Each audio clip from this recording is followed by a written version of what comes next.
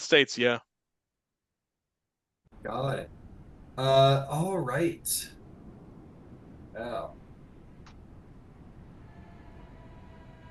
This reminds me of that Spider-Man meme where they're all pointing at each other. Yeah. Yeah, kind of a little bit.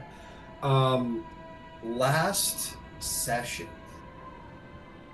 you guys finished cleaning up all of the monstrosities. Well, not monsters, something else really.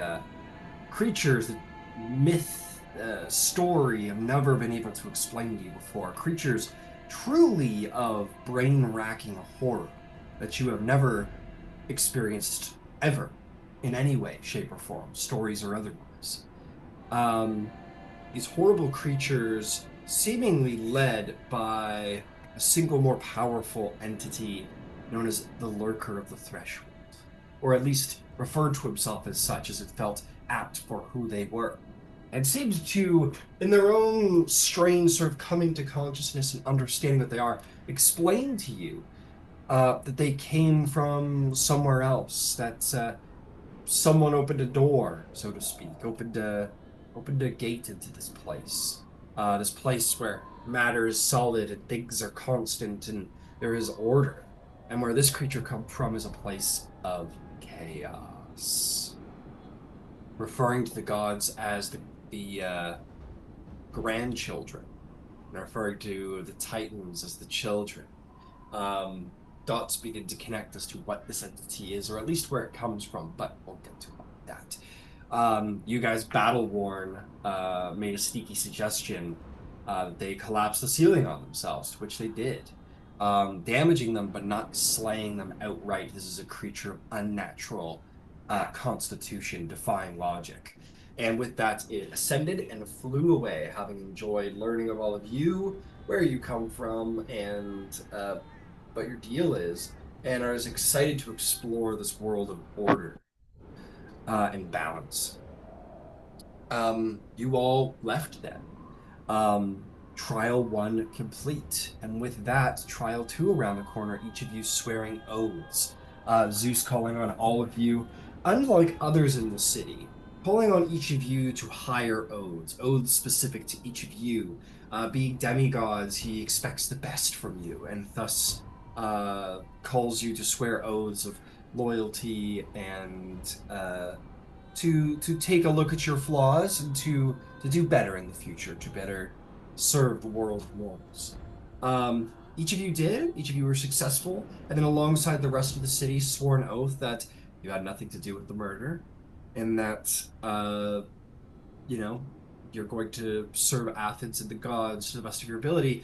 And though indeed Candybus indeed had something to do with the murder, uh, made a what? No, he No. didn't. Not by his memory. Um, exactly. A Hecate, Candybus's patron, came to him in his most desperate moment and offered to him to take from him the pain and memory of the slaying of Theseus in exchange for a favor down the road, to which Candybus immediately and heartily accepted, uh, remembering only that Hecate has done something important for him, though he cannot remember what, and that he owes her. He owes her a boon of such. Um, with that, the final trial commenced, where Zeus put to all of you, you who took responsibility for the city's problems and dealt with them through pain and suffering and good judgment. It was to you who would decide who rules next. You all decided that it should not be one of you. You all decided it should not be one of the members of the Senate. You all decided that you needed to defy death itself in a way that no mortal ever has. Vasaliki going to Dionysus, the only god ever reported able to sort of defy the will of Hades, the god of the dead. Dionysus gave Vasiliki, calling her crazy and loving it, gave her the information of the entrance to the underworld, um, and said, "Have fun, sister." Um, and with that, the party has agreed to set on a journey to defy death itself in a way that no mortal in myth ever has. Not Perseus, not most of the gods, not anybody. And we'll go retrieve Theseus, who's whole again, thanks to the uh, medical techniques of certain individuals, to go to the underworld, defy its many trials, find the soul of Theseus, and bring him back to the land of the living. This will be a monumental trial, one that has never been achieved before. For all we know of Greek mythology, scrub that from your mind because no mortal, not Hercules, has done this, not Orpheus, not anybody. This will be the first time any demigod, any living mortal will venture past the gates of the underworld should you survive the trials. And that is where we pick up today. So, you guys are getting ready to go. I would ask um, preparations.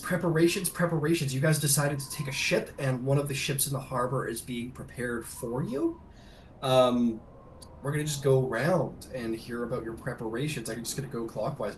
Candybus, you're undertaking a momentously heroic journey.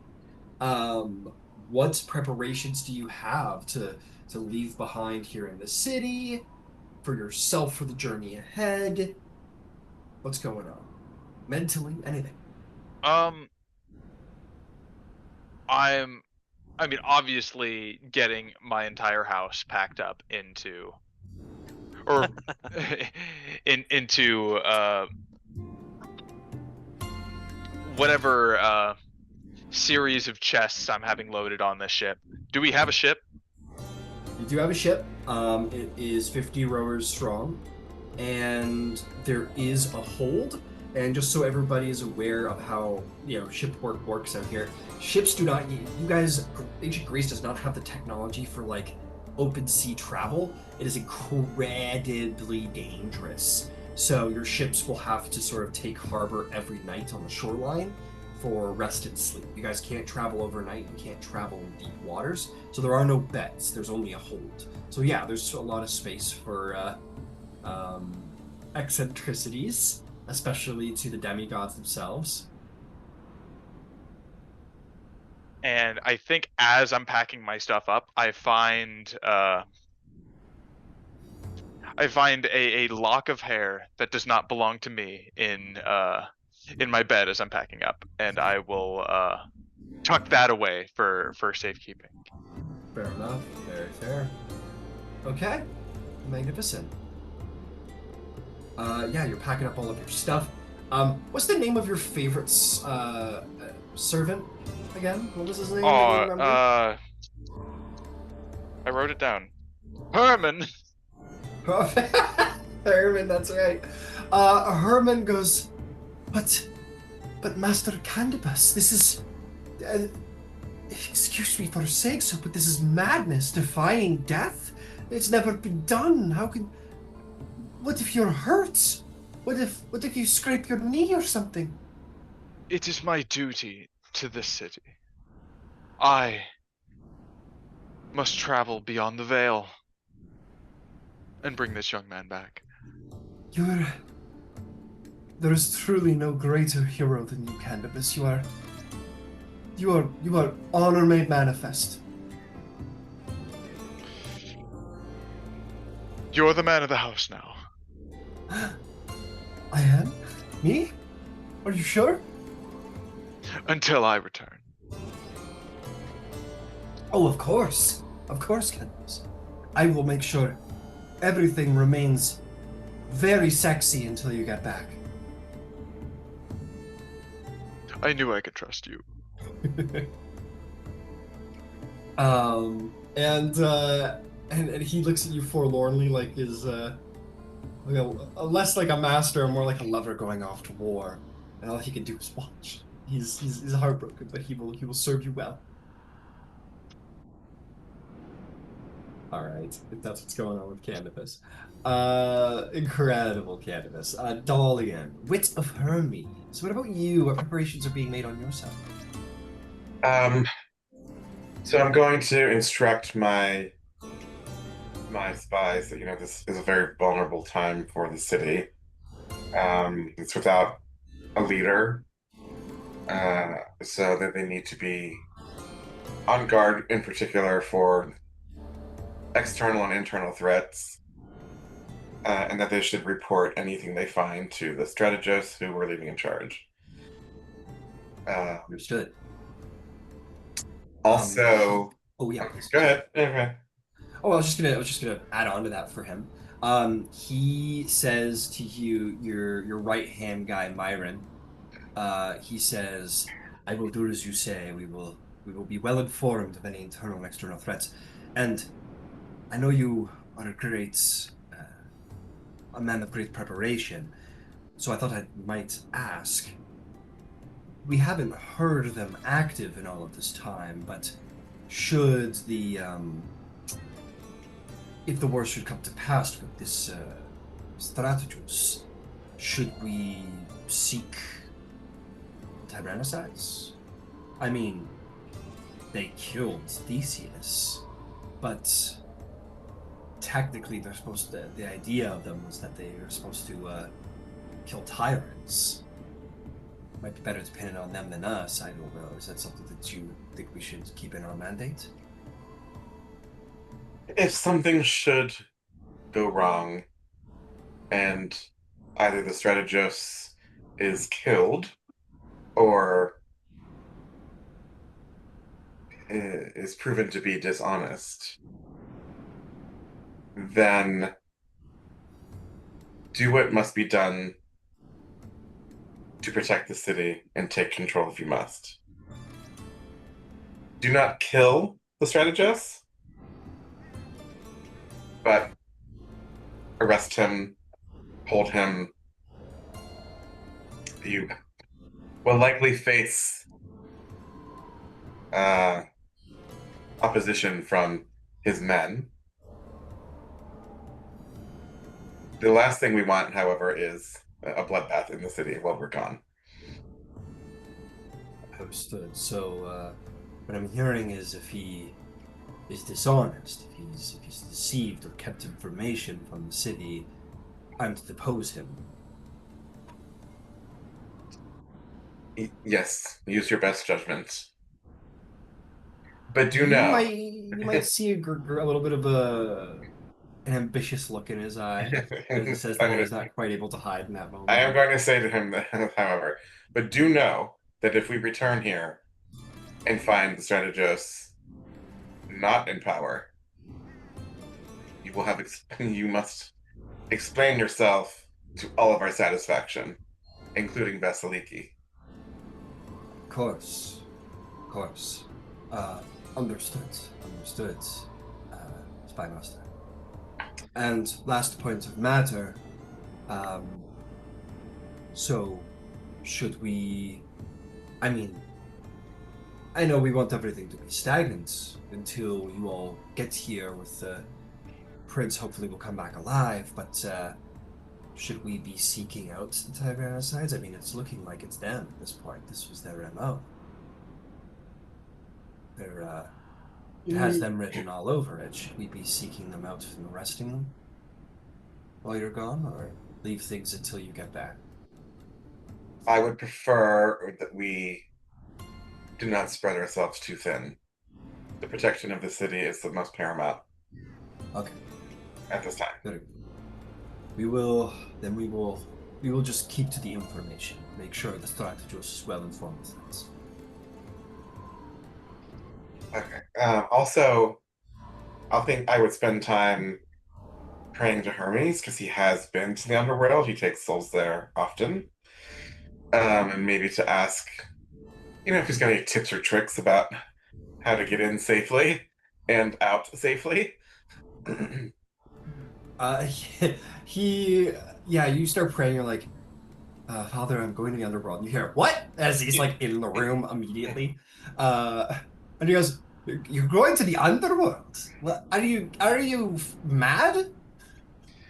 Well, I, obviously, yes, yes. I mean, this is it's the most insane thing that we are doing, but there is no better ruler for Athens than the I ruler mean, that I we brought to guess. feed. Yeah. I suppose I don't even really make it past the shore. I deliver souls to the shore, and then the Chiron handles it after that. Who gave you this idea? That a mortal going into the land of the dead? You'll be eaten alive by Cerberus. We are going to do our best, but hopefully that will not be the case. But I don't know that any of us really understand the full amount of the danger that we're taking on, but none of us are Oh, none of us are taking it lightly. oh, all right. Yeah, You'll need to do better than your best, Dolion. I mean, Athens has got their shit. I mean, you guys are gonna have to be like whatever going on here. You guys are going to have to be like tight in order to get through what's coming. It's insanity. It's fucking insanity. we Do you have a have plan? Do you have a plan at all? How do you like you know the story of Cerberus, the three-headed watchdog of the underworld. How do you plan to get past him? we haven't really discussed that yet. Ah, okay, fair enough. Lots of time on the trip, right? To talk. I figure, I mean, I'm dogs like streets, right? Oh, you endearing fools. Oh boy. Perhaps All music. right. I don't know, something to soothe. I will be excited to see if you all survive the journey. Oh boy. Well, what is a hero if not a great fool? Anyway, well, I do wish you the best of luck. Be clever, my son. This is. I don't want this to be the last goodbye. I hope that as well. And may I ask if you would speak to Hephaestus on our behalf and excuse our absence from Mount Olympus? I know he requested our presence there, but we are on an errand for Zeus, so I will smooth things over for you, but if you've got this ship and you manage to get I mean, if you manage to succeed, you're counting your chickens a little bit, but that's all right. If you manage to go in there, save Perseus, come out, get all the way back to Athens, I recommend you just keep on, go right there, right back to Mount Olympus after your grand success and celebrate in Athens later. I uh I think that would be best as well. I All right. imagine On our top of being everything, you've got you got a schedule on top of trying to survive the underworld. You've got I imagine our presence in the underworld will make some angry as well.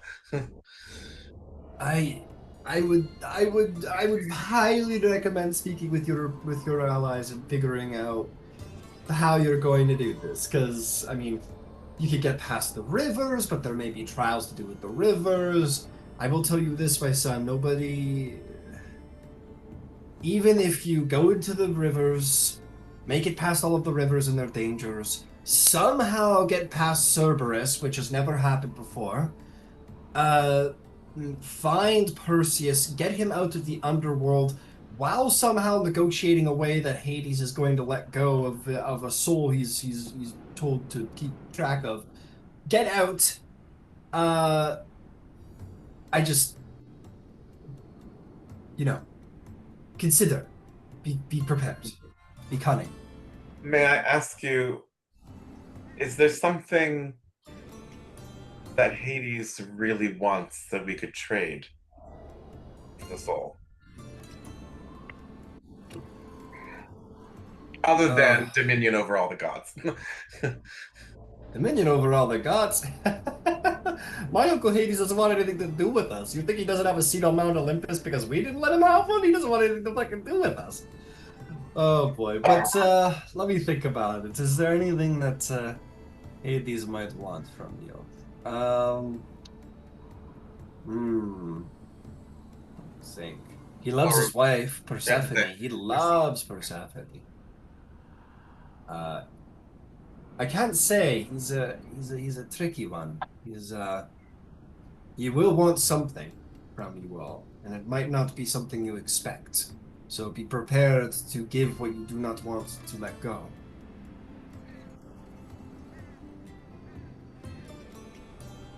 Well, Father, I hope it's not the last time we speak, but I understand. Well, I guess I don't really understand how crazy everything that we are doing, but we there is no alternative that we can think of.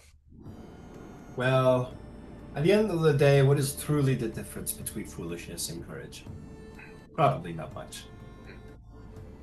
So, good luck. And if I find myself having to deliver your soul to the river and you're already there, I'll kick your ass. Let's leave it at that. Some big consequence to you, more than dying, I suppose. Hopefully that won't be the case, but I understand. Um, let us hope you truly are my wit, because you're going to need it. I feel I feel the same. Uh, and he'll give you a pat on the shoulder, and he's like, "Prepare well, prepare well." All right, I need to speak up. Uh, and so he does. He rockets out of there. Um, incredible, Dolion. And if there's anything else, we'll circle back around. We'll keep her going. Um, Nero, what about you? Oh, whoa, you're not Nero. Yeah, I'm Thrasius Thrasius. hanging, and I'll fix that. I am ordering. I am making sure everything is ready for the trip. First prep. Both practically as well as spiritually. Okay. I'm ordering there to be at least containers on the ship down below that can contain up to 30 gallons of water for us. There's something Okay. planned. Sure. Yeah. You have that load. Someone's like, "Why? This is an excess of Empty. water." It's High priest. that. Trust me, I have a plan. Whatever you say, you're the. I don't You're even the need them. demigod. I don't even need them filled, but thank you. Oh, yeah, right. Great. And Scratches his head a little bit in a way that someone might, not know the clever trick when they see one. I shall. Then I will go to Athena's temple, and I'm gonna pray on this. Similar talk with Dolion just had with his dad. All right, okay, correct. You go to the temple again. You enter into this temple where you feel no warmth, you feel no hearth, you feel no divine presence in here. Athena has abandoned her holy places in the city, and abandoned the patronage of these people who will not use reason or knowledge. But maybe a religion or insight check. Okay. Let me check here. Guidance.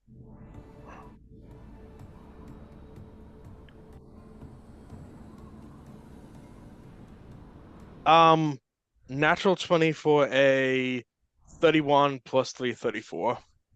Okay.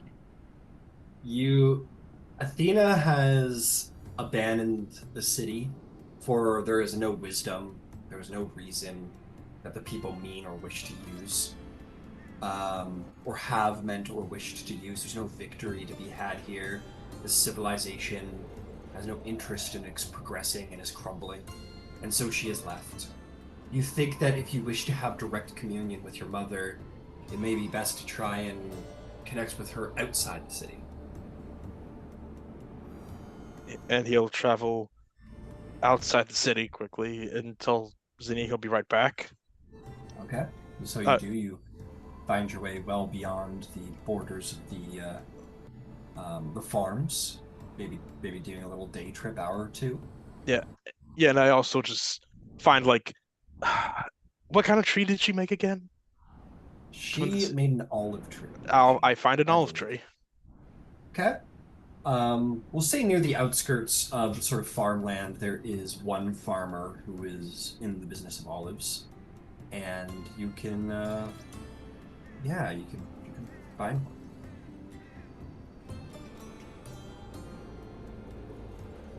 And I start praying beneath one to speak out to her. Okay. What do you say? That's we go on a quest to make sure that reason is restored to Athens by bringing back he who should be rightfully king, who would bring glory to Athens, Theseus, and I ask for any wisdom that she might impart upon us on this great journey. I will say then, yes, appearing from the woods, you will see a woman. She is robed and veiled. She is covered in all but her hands and face. Um, she, sorry, she appears mortal, but you recognize her face as your mother, and she has those stoic, gray, piercing eyes. As you have not felt her presence in quite a while, it's probably some mixed feelings to see her again. It's good to feel your presence again. Oh, you, Thrasius.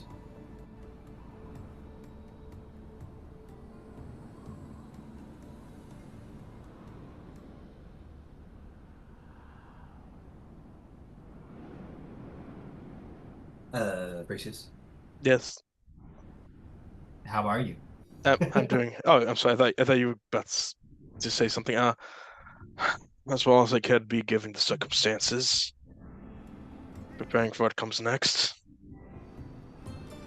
You embarked on a very dangerous voyage.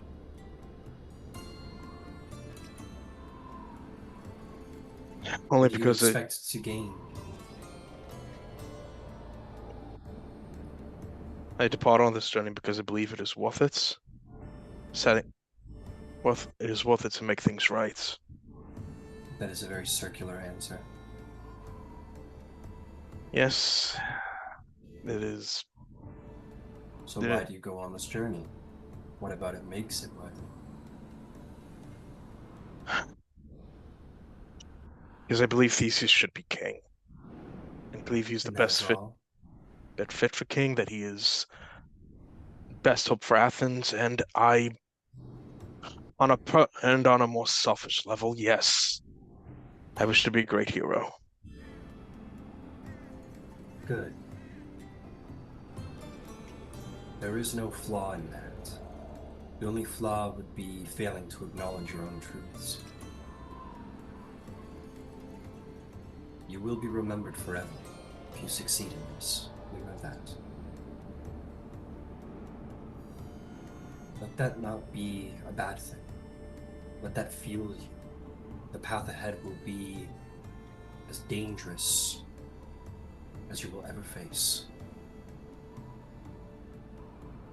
Perhaps. I will be with you on this journey. It is a noble one, and you will require more than brute force and good intentions to succeed in this. Your part in this, Thrasius, will surely be the most important. Your companions are much like their parents. Candybus is impulsive. Dolion What? Candybus is... impulsive? No. Sorry. She smiles. She says, Vasaliki wishes to prove herself to her father and to all, which can be blinding. Romulus as well wishes to prove something. And Dolion's clever, perhaps too clever, and he keeps secrets. Thrasius, you must bring wisdom to this group. It is only through reason and cleverness and good strategy that you will succeed in these trials. Spear and shield will not be enough alone.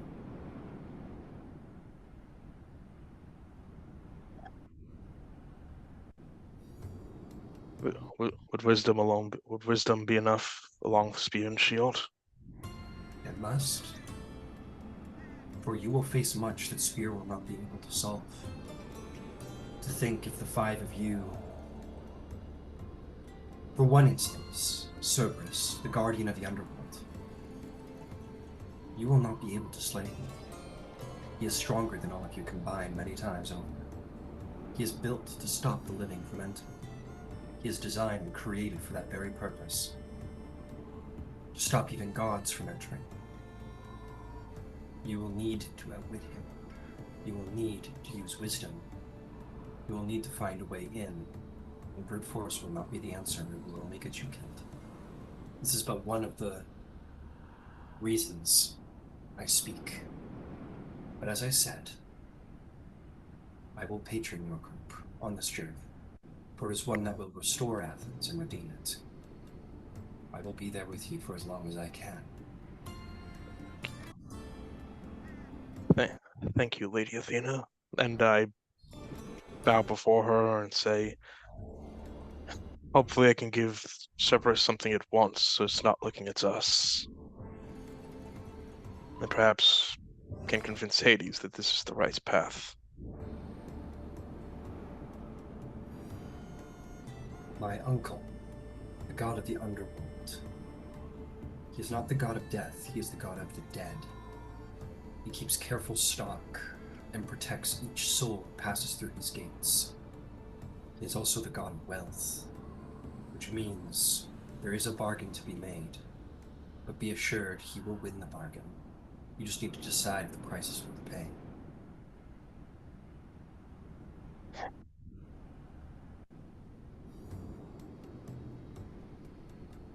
To achieve what no one else has achieved before, you must sacrifice what no one else must sacrifice before. Be prepared for this. My own self, my own service to him, instead of you for eternity. Perhaps. Perhaps more. Perhaps what you do not expect. There will be time to consider these things. I may be wise, but I do not read minds. Okay. I will not complete this journey for you. Nor would I ask you to do that. Thank you, Mother. I bow before her and... This city has turned its back on wisdom and reason, and it has performed innumerable treacheries upon itself. And I do not forgive treachery, but I do reward excellence. And this will be nothing short of a miracle if you succeed. And for that reason, my patronage may be regained by this city if you succeed. But it will require excellence from all of you. I take her words to heart. And we shall depart then. And on my way back, I'm so sorry, I'm just gonna do a few more things. I'm going to buy a cow. Alright, you sure do. You got yourself a cow. I'll find a price for you. Thank you. I find the cow, and I would take it to a temple of Poseidon. Where are we going? It's me, Barry the cow. What are we doing? We're going to hell. I give him an apple. Oh, I love apples. I'm so if I had posable thumbs, I'd start an apple farm because I got so many hopes and dreams. 10 gold. That's how much I'm worth, apparently. I feel like I'm worth even more than that. One day I'll show everybody. I'll give the former 11 gold. Okay, cool. I was like, oh fuck, I'm not British. I'm not This or farmer from the is. south. I'm from the south of Athens. Thanks so much. And you yeah, you take that cow and he goes, my oh my, the Temple of Poseidon. Did you know my one of my ancestors learned to swim? But then again, that might have been Zeus. I promise the cow much will be accomplished because I hope much will be accomplished because of you. You good cow. Well, I'm glad you think so. You know, there's not a lot of schools for cows, and I'm self-taught, so I've worked really hard to pursue possibilities in my life. I love that we've established that Thrasius can just talk to cows. Just this particular cow. Yeah. I taught myself even how to I- speak. It weren't and I easy. and I take him into the Temple of Poseidon. I give him one last apple before we go in, like him to eat and enjoy. Yum, yum. I love apples. Like Like I love my wife.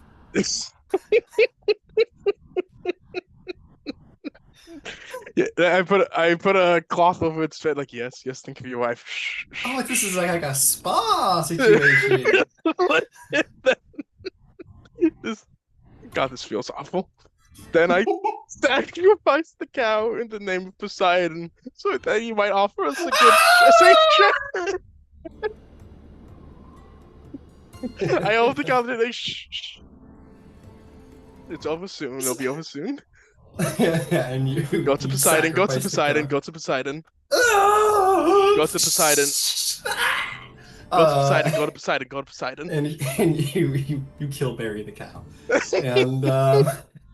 and sacrifice on the altar of Poseidon, so as hopefully to gain his favor.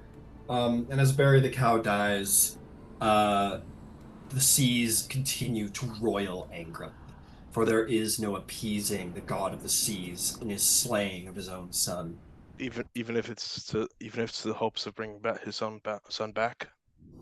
You'll have to see when you get into that water. But for now, the water roils. You've made a sacrifice enough that perhaps your words can be heard over the tyrant or the torrent of his anger.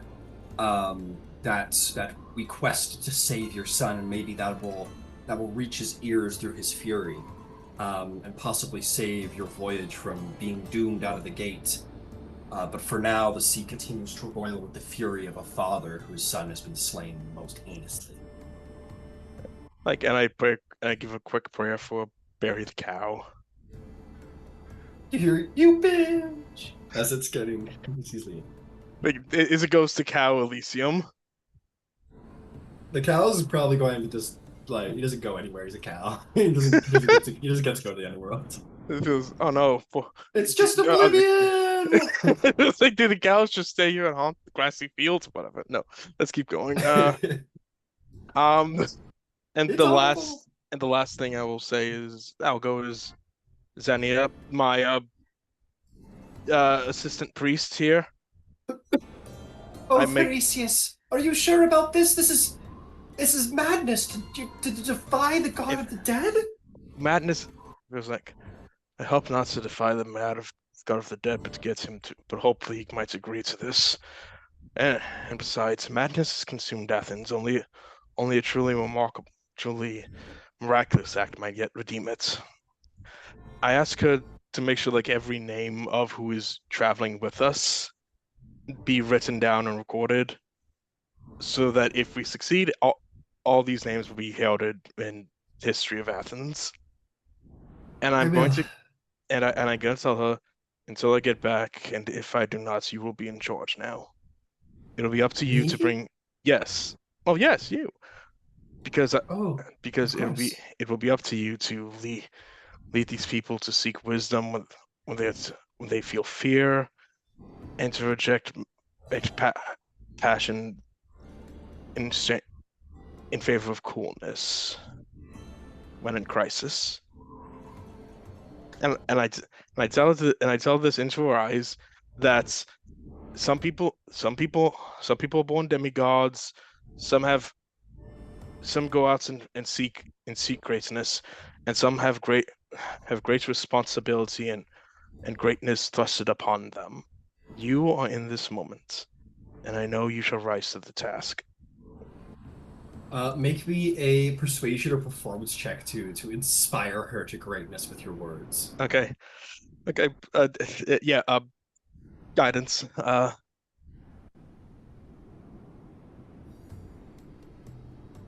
Okay. 15. 15. She looks nervous, but her courage overcomes that nervousness with your words filling her with it. And she will nod at you resolutely. She says, I will do all I can to make sure the temple continues to honor Athena until such a time as you succeed and we could hear the words of our guardian again. Like you, like, remember, do not settle for disrespect while I am gone. You demand more. You are now simply a woman. You are the priestess of Athena, and when others talk to you, they may as well be talking to her. Remember that. Wow. I mean, yes. Yes, of course. I will remember this. Yeah, I give her the biggest pat on the back, like kind of pushes forward a little bit. Understood. She feels pretty confident. She looks pretty resolute and ready to take up the task. Absolutely. Awesome. And after that, I'll just go to Vasaliki and to talk about something, and I'll be done. Excellent. We'll circle back to that. We're gonna continue onward. Everyone will get the chance to complete all of their tasks, but for now, I just want to keep spreading it around. Yeah, I'm gonna keep going clockwise here on my what I got here on Zoom. Vasiliki, what are your preparations like in the city?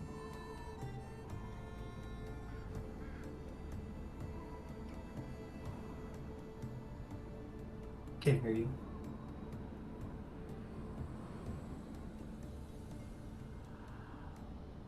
Is that better? Much better. You're good. I wanted to Stop do. using ChatGPT, everyone, for your tactical how to play D&D knowledge. I'm not using that. I'm using my own wisdom right up here in my own Good. noggin. Go ahead, Vasiliki. I wanted to do 3 things. So I also wanted to make a offering where we go on the ocean. So maybe I could have just helped Thrasius with that, or maybe Yeah, if you wanted to get on his bury the cow sacrifice, absolutely.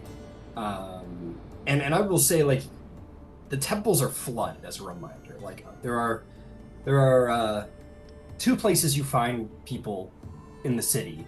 One is in their homes, boarded up, scared of whatever is going to happen, and 2 in a temple praying for the mercy of the gods. So as you get here with Thrasius and help him with his offering, he is one of many offerings being made to Poseidon to quell his wrath, which is not necessarily succeeding. That's fine. I don't care. I'm not getting on the ocean without a sacrifice to Poseidon. So Very fair, very wise. and then I also wanted to talk to my strategos. Absolutely. I was gonna see Vasiliki about that because we were gonna have him make a vow, an oath. Sure.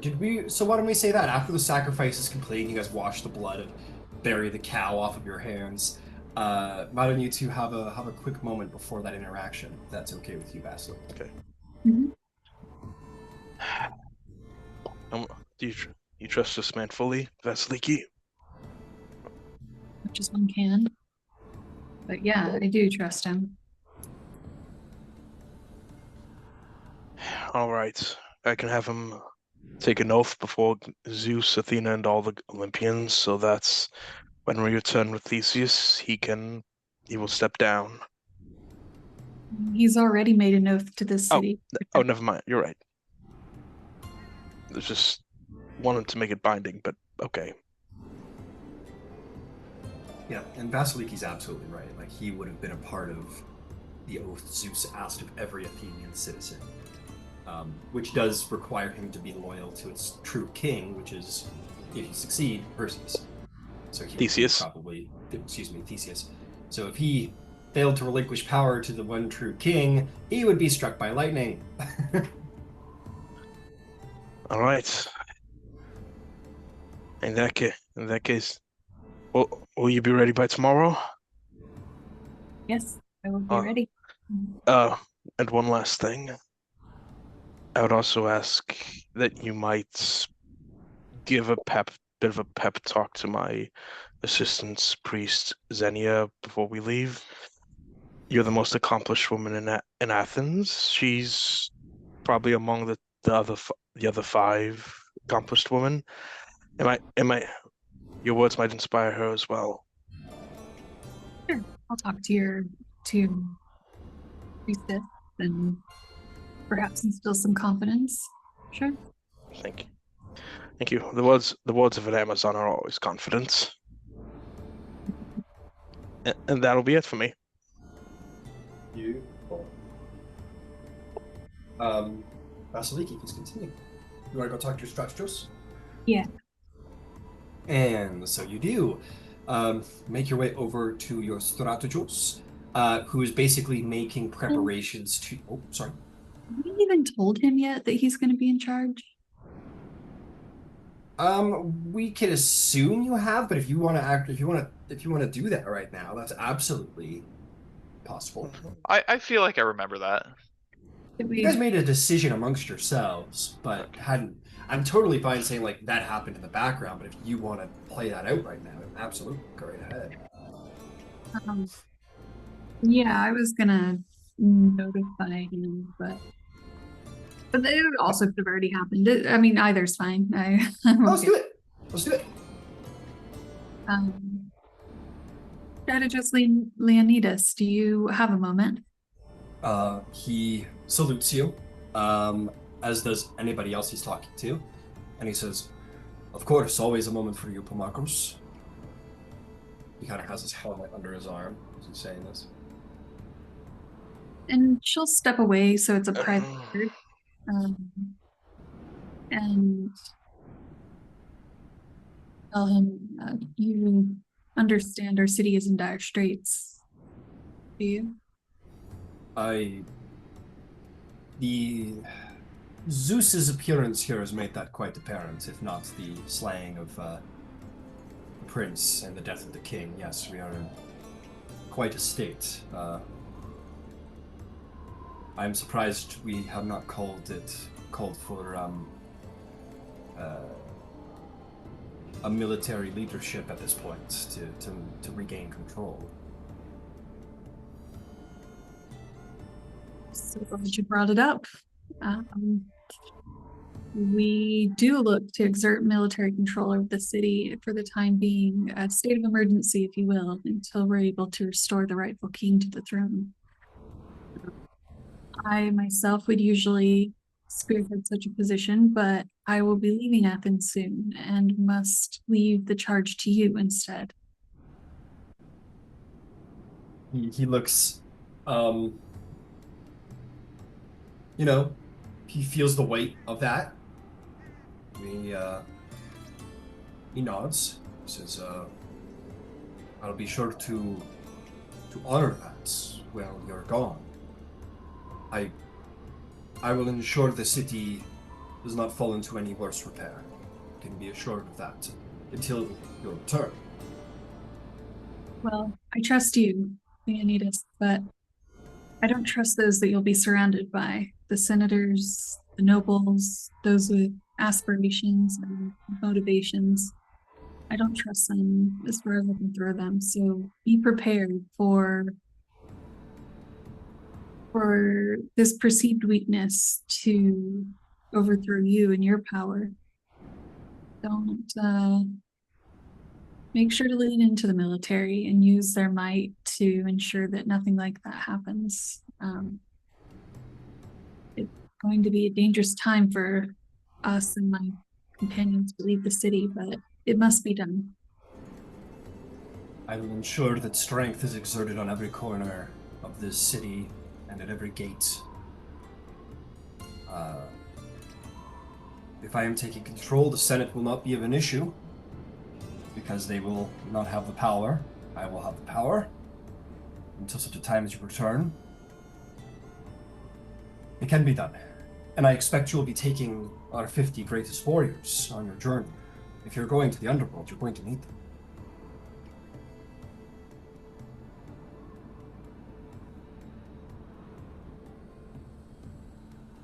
sure soldiers will help us for what's to come. Brute strength is not the way to succeed in getting to the underworld. Well, you're going to need to take warriors anyway. To row. The oars.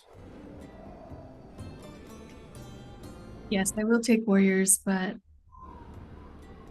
perhaps not our best, as I fear you'll need them more than me.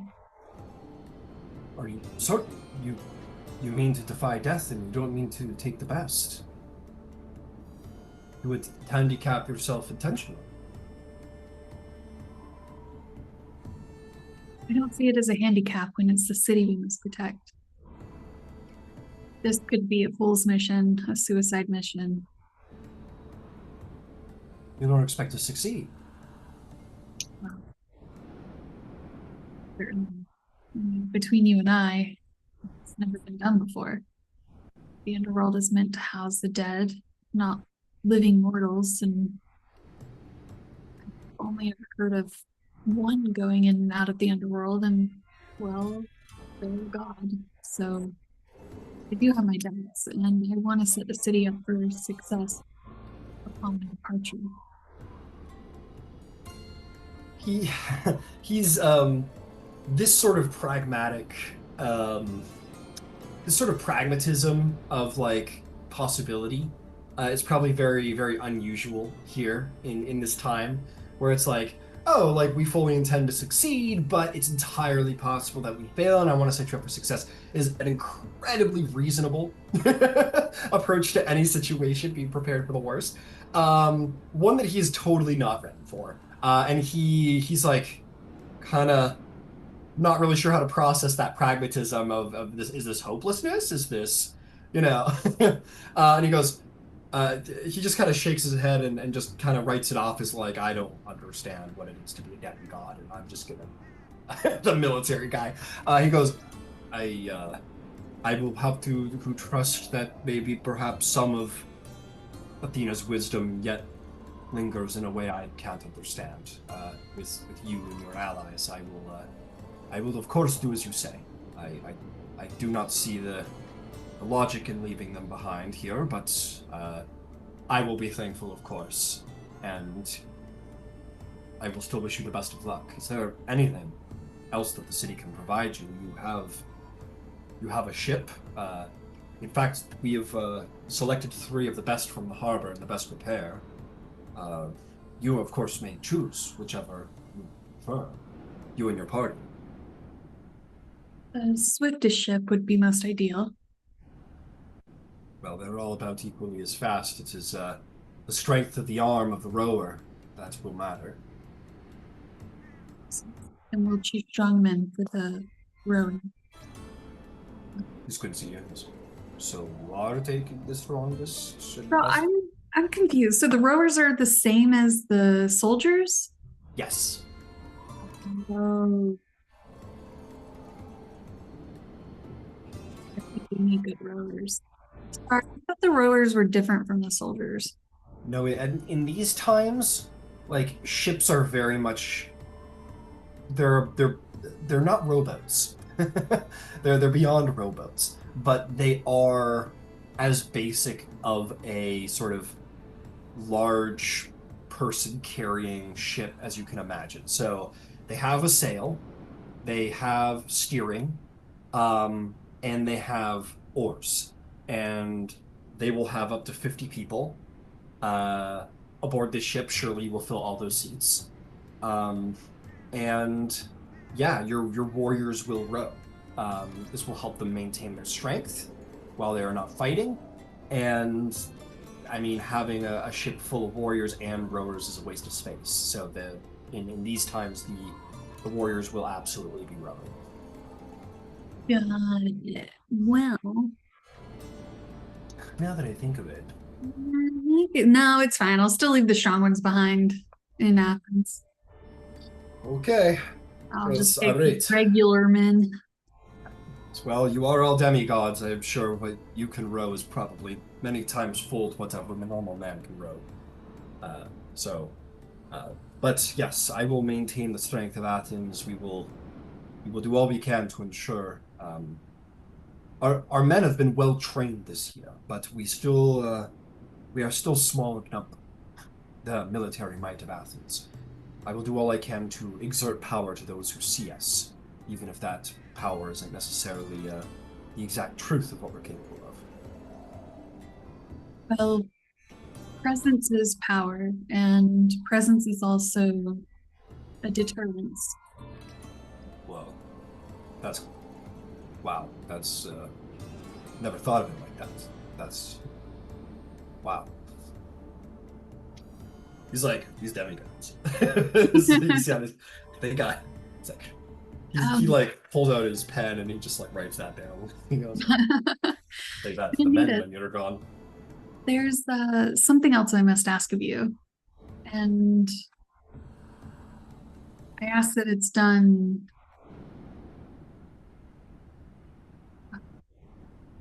with discretion. Okay. Well, I think I have a lead on who murdered Theseus. And it's Medea, the former queen of Athens. And I swore an oath to Poseidon that I would bring his son's murder to justice. And I'm thinking a way to lure Medea back to Athens so she can stand trial for her crimes, but lure her back, bring her witchcraft back upon these walls. Has she not done enough? She needs to stand justice, and right now she lives free, and that freedom is not warranted to her. She deserves to be put under. She's a bane to this world. Then let us exert a justice that perhaps Ares might approve of more, to keep our city protected from her cruelty and curses and witchcraft. Let us hire mercenaries, put a reward for the head of Medea. Let them bring her head back to Athens as proof of her death. I fear that would put our men in danger. She's quite powerful, you see. And so if she was to be lured back to Athens and brought here on her own volition, that would save lives. And then when she feels she's safe, we trap and restrain her. And have her here? You want her returned to the city? I don't understand. How? What if she curses us? What if she casts some spell upon the city while she's in restraints? Because the risk we'll have to take, because what she did to Theseus cannot stand. I will do as you command, Pomarkos, though it brings me great discomfort to invite such evil back into our city. I understand. But she must. Well, do women stand trial the same way men do, or can women just be sentenced to death? Well, anyone can be sentenced to death by the monarch. And law is a very new thing. The law generally has been like what the king says goes. That's kind of law in Greece. But like the actual sort of structure of like formal law, that is a very new thing. And I'll just say that like from your time here, you have learned that like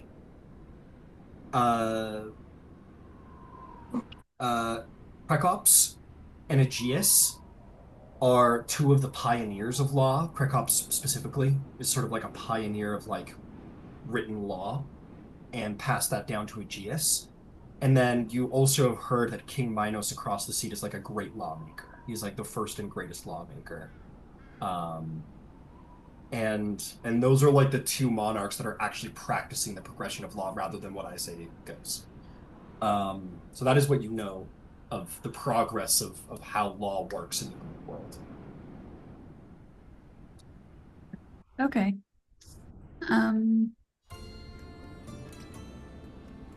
Yeah, well, that's assuming your men can even find Medea. If I had to guess, she's probably difficult to pin down. And that's why I think luring her into the city is probably best, because otherwise I don't know how we'll find her. How do you intend to lure her in? She's been banished by the king. Well, the late king. Well,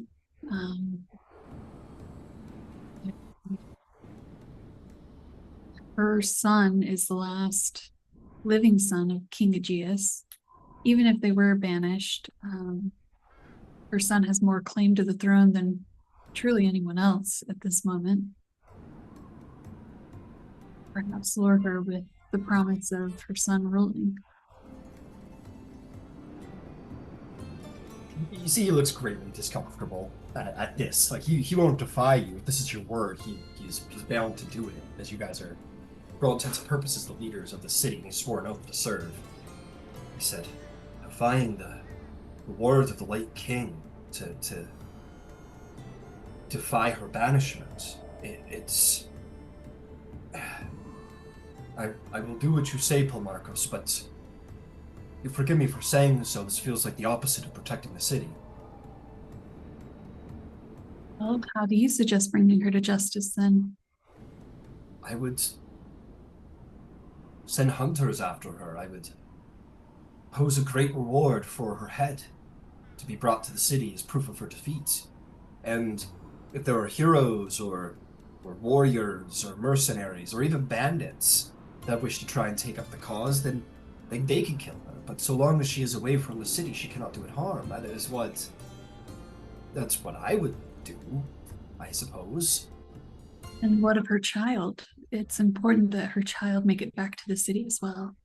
If not the city, to safety at least. Kind of narrows his eyes and goes, is it important that the child live? I mean, he was taken of all... The king abolished all of acknowledgements of his claim to the throne, and it is the child of a evil witch. Probably has power about it. It may be a danger to Athens. Is Vasaliki the only one there? Yes. Perhaps it may be best that this child is cast into the sea. It might be a mercy upon it if its mother is to be slain. My personal motivations for the child's safety. Why? I'm sure all will be revealed in due time, but I must keep that one secret for now. He looks deeply troubled. Well, this meeting is deeply troubled. Yeah. So, to be clear, what are my orders? You wish me to defy the word of King Aegeus and lure the witch Medea back into the city? Well, I thought that's what I wanted, and now you're like making me think it's a bad idea. Well, he's an NPC. He's entitled to have his doubts. You're entitled to tell him to do what the fuck you say because you're the Polmarcos and he's just a strategist. Think of the drama.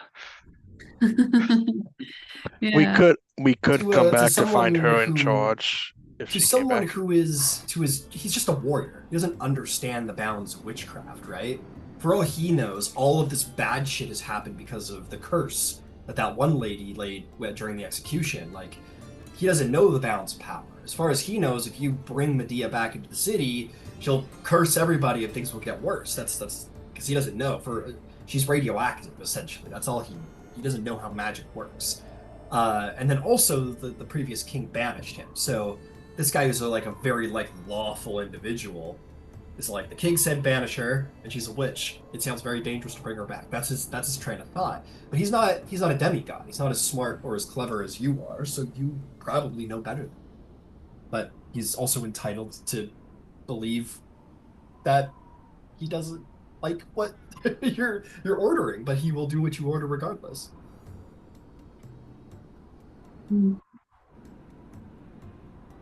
I don't know. I thought it was a good idea, and now I think it's a stupid idea. I don't know what to do.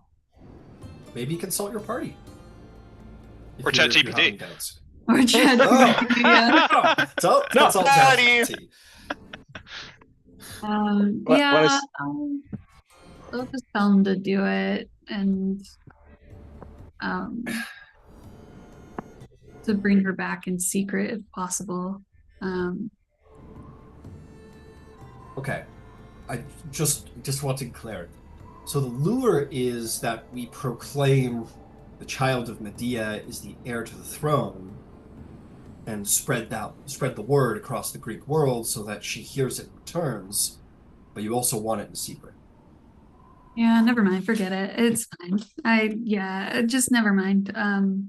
I take it all back and we'll just deal with Medea later. Okay. That's what you want to do. He will he will continue his status quo. We will move on from there. Okay, and I believe the last person we haven't heard from is Romulus. Indeed, it is. Romulus, how would you like to prepare for the voyage ahead? I think. How many good men do I know? Well, there's the boys. Mm-hmm. The Wolves of Athens number about, I would probably say 10, like sort of like a small elite squadron who's like served under you. I believe you had previously said you wanted them to be like light cavalry, basically. A little bit. Yeah.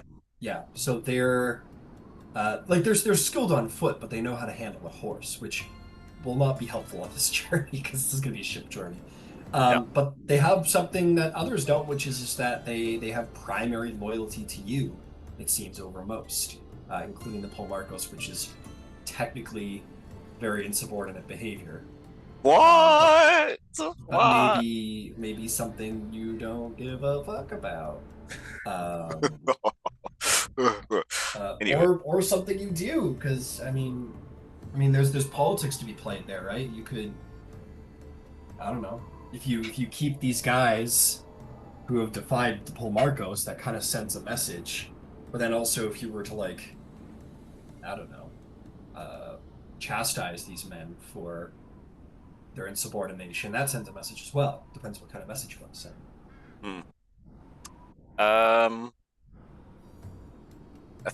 I think. I feel like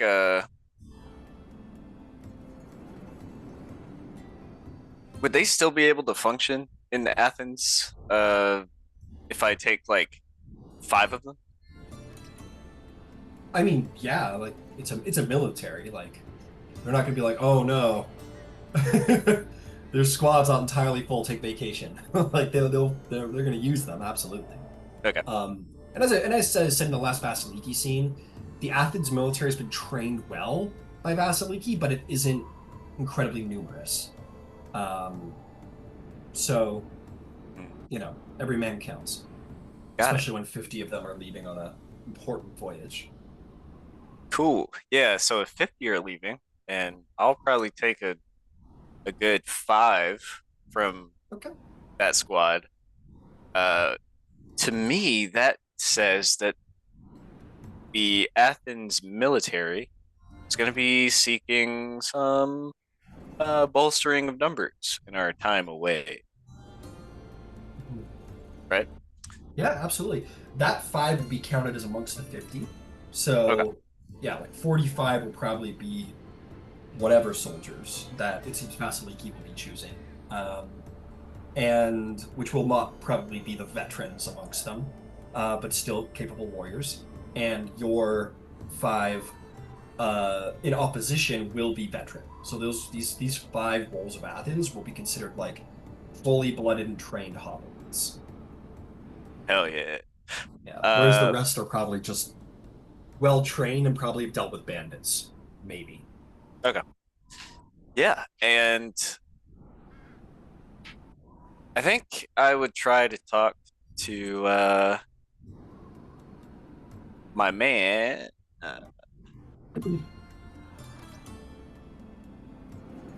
Alright, let me scroll up to get his name.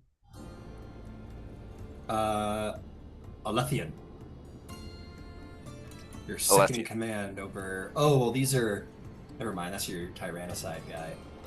I need to make you like a Wolf of Yeah. Athens like second in command here.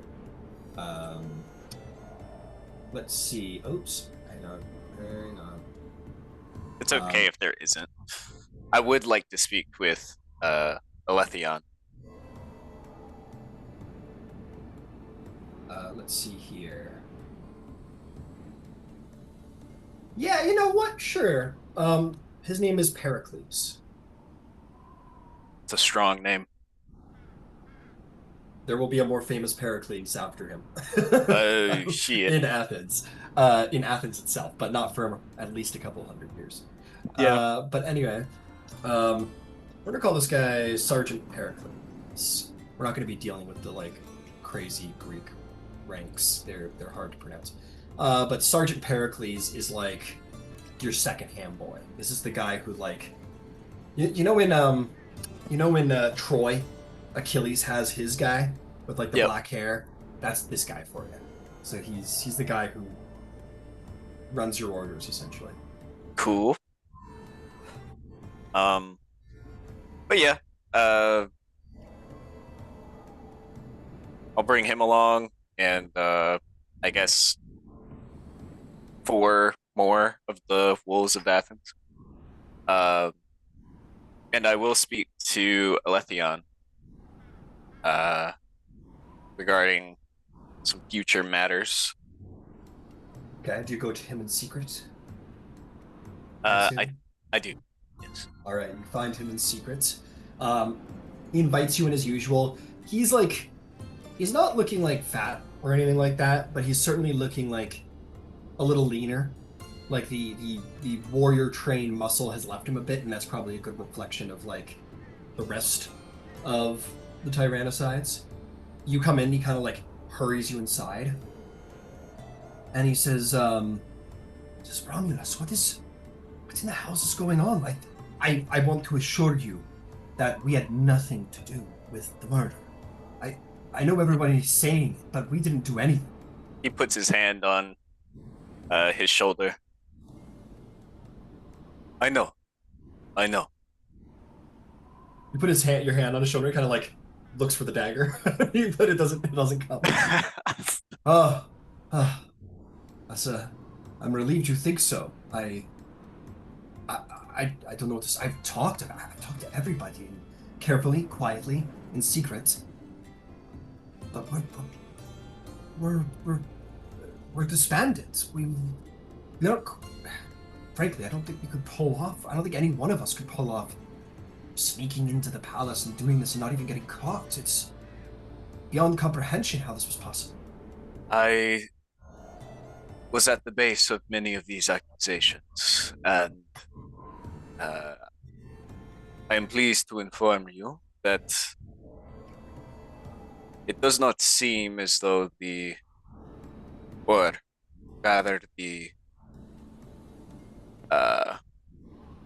proper opinion, not those of the people or the deceiver who wrote that this was the work of the Tyrannicides. The proper opinion is that the Tyrannicides had nothing to do with it, nor I. Yes, we heard that, none of the heralds said it specifically, but everyone thought it was you. They thought you were taking power. Frankly, between me and you, some of the men are ferocious at what has happened and the accusations made. And I admit there was a moment there where we thought you had killed the king. Well, I didn't think that, but some of the men were worried that what was being said was true and felt it was their responsibility. And then Zeus showed up and everything is calmed. But the men want their names cleared. They want justice. You built this. My father built this. tyrannicides to be just that, to slay tyrants, people who mistreat their people. King Aegeus was no such man. I know. And that is why I can fully say that the truth will come out in time. We do not know. We suspect Medea. That a bitch. It would suit her motives and would be a quote unquote rightful recourse for her banishment from the city. King Aegeus was a merciful king, perhaps too merciful. She was his wife after all, but perhaps he should have cut off her wicked head. It would save us quite a bit of trouble if he would have ordered her execution the night of, but we are past that now. We are going on an expedition, as you may have heard, to the underworld. Yes, it seems that all the rumors are true. We thought that only all gossip.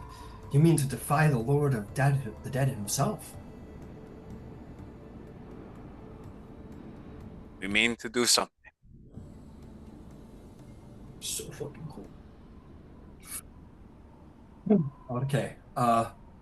What do you need from me? What do you need from the men? Well, many of you would be out of practice, so I will not ask any of you to come with me on this journey. I would, however, ask, with this amount of good men being taken away from the city of Athens, and myself recognizing that there will not be much training in what you all are best at while I am away. I wish for some of you to enlist in the Athens military. Make yourselves indispensable to the defense of the city. Rise and rise and rise. Or possibly just stay at your post. The military. That's smart. That's smart. If one of the kings happens to be a tyrant, it makes us able to get closer, I suppose. And while you are in the trenches or guard towers or standing alongside a non-affiliated man in the guard, perhaps it would be mutually beneficial to open their eyes. Okay. I imagine I will make sure that those of us who believe in the cause most readily will be chosen to do these things. Be warned. The tyrannicides, by the word of the spy master and the previous king, are disbanded. Of course. We feel, none of the men can prove it. We're certainly not trained in such ways, but many of the men have spoken a feeling of eyes on the back of our heads a little bit. We know we're being watched.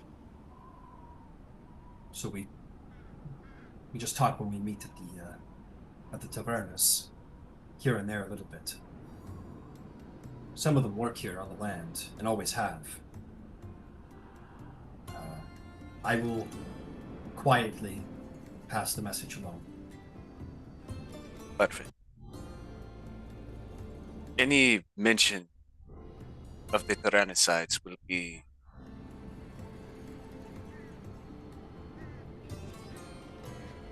what is the word? Hunted? Indeed. It Yes, will we be know. watched with a very polished piece of bronze. What? I don't know, like a mirror. I don't know. Fucking it, like a microscope. They don't really have a microscope, so I was like, oh yeah, polished piece of bronze. You know, like oh yeah, I can see perfect. I don't know. I will keep an eye out for polished pieces of bronze. It is a metaphor. What I am saying is that there will be a Keep lot an eye of out. scrutiny. Yes. Keep an eye out. Yes. Well, I mean, again, nothing has been said publicly, but people are certain it was either Medea or the Tyrannicides or both. So we are hunted men. We will keep our heads down. You can be sure of that. Until I return, the men you do send into the military, they will just be concerned citizens that wish to help the city, as we have course. always wanted to do. Of course. I will see it done. Perfect. And he'll place hands on both shoulders. I solely entrust you to see that our brothers in arms are taken care of. I will I'll do all I can to keep them out of trouble while you're gone. And Keep incidents in our ward. And she has abandoned the city for its foolishness, but in all the same, I wish you the blessings of wisdom in the time to come. May Athena watch over this journey you need to undertake. I hope it succeeds. I hope you come back alive. Hades willing.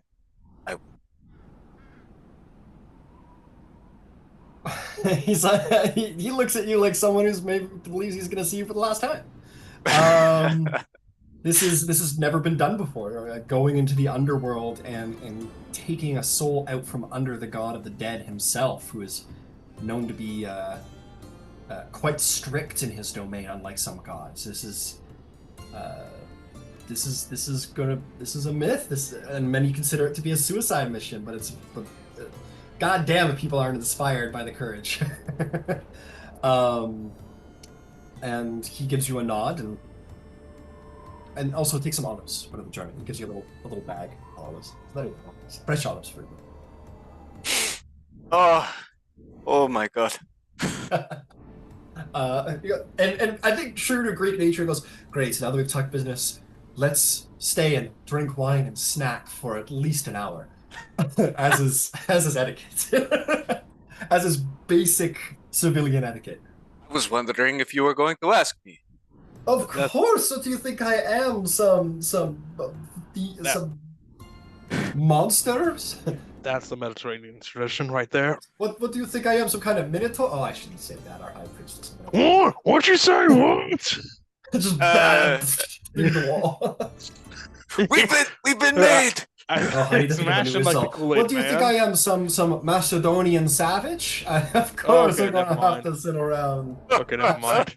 Some wine and cheese and olive and bread. But we have stupid. values. We have values. You understand? We have culture here. Like we're not animals. And that's probably exactly what you do. And to be clear, that's probably what all of you do. Like in each of these meetings, you guys are like, great. Now that we've had this heart to heart, let's like snack for a little bit. Okay, I want to circle about to those who still had stuff they wanted to do before I stole the spotlight from them. Thrasius, I believe you had something else you wanted to do before we set off. Set sail? Yeah, I thought it involved like the oath of the general guy Oh, okay, that and was all. Vasiliki talking with Xenia, giving her a pep talk. But we can do that off screen. It's okay. Yeah, and that's also Vasaliki. I know Vasaliki, you said you had other preparations to make. Did you want to take those? No, I don't have anything else. I'll go talk to Xenia.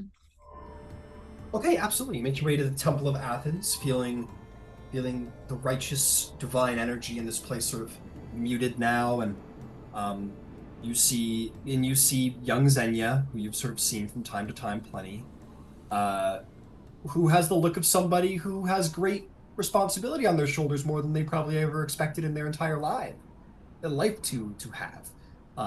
Probably considered herself something of a handmaiden to the temple, and now she's going to be responsible for it. When the great demigod Thrasius goes away, those are quite large. I mean, he doesn't wear shoes, but you're going to get the metaphor. Shoes to fill. She turns and she sees you, and she brightens, as most women in the city do, as you are sort of a symbol of women power. And she'll look to you and say, Polmarkos Vasaliki, welcome. Have you come to make an offering?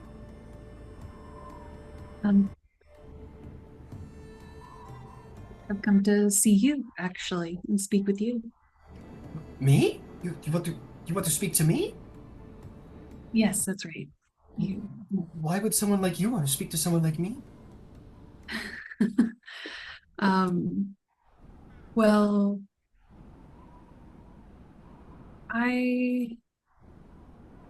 let's go somewhere private first. If you Okay. don't. Sure, if you want to. Yeah. It's okay, we're alone now, but what do you want to say or do? That sounded weird, I'm sorry. Well, to be quite honest, I don't know exactly what to tell you. I'm not usually the one that's good with words, but Thrasius asked me to come speak with you and see you and reassure you, I think. And well, I can say with honesty that I think you're doing an excellent job, that you are genuine and devoted to Athena, and that's admirable. I think you should be proud of how far you've come and for what you've accomplished. Now you have to carry yourself like you've accomplished this. You understand what I'm saying? Make a persuasion or performance check. It is your choice. Yeah, this is not. Or I'll give you intimidation as well if you want. No, she's trying to persuade her, I think. And intimidation isn't necessarily like being mean. It just could potentially mean like you're exerting strength. You know what I mean? Yeah. I get what you're saying. It's the same modifier. Oh, okay.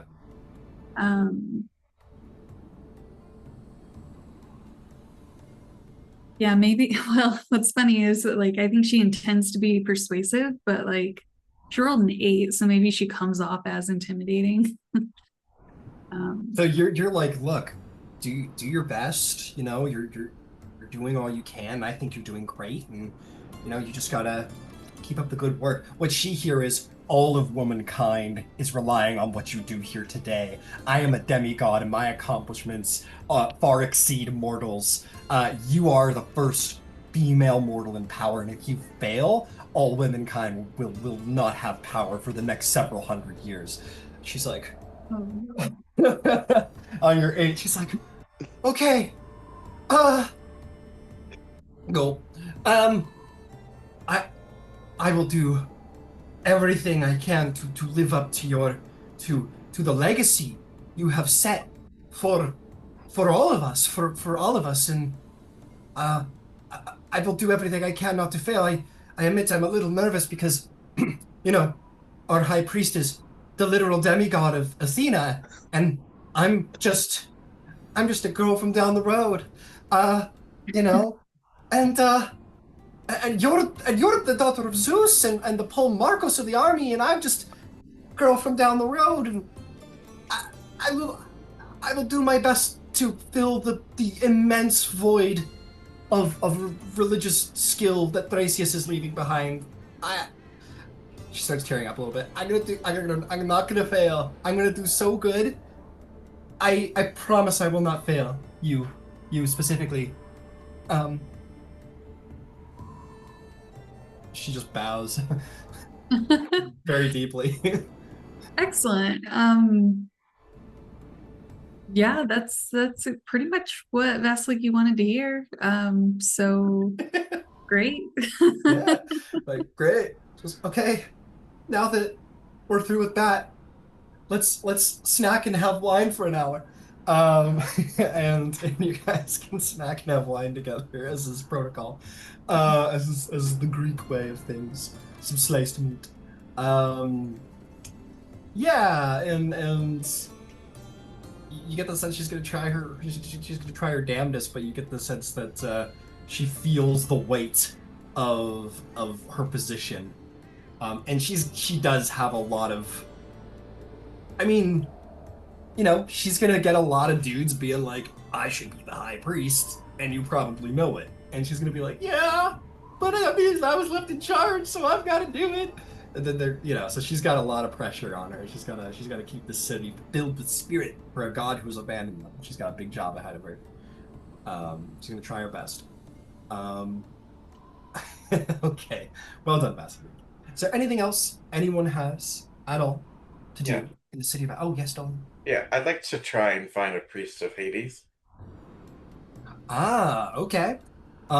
You find your way to, there's probably like I wouldn't say an acropolis, but there's probably definitely a place where like nobles are buried and interred.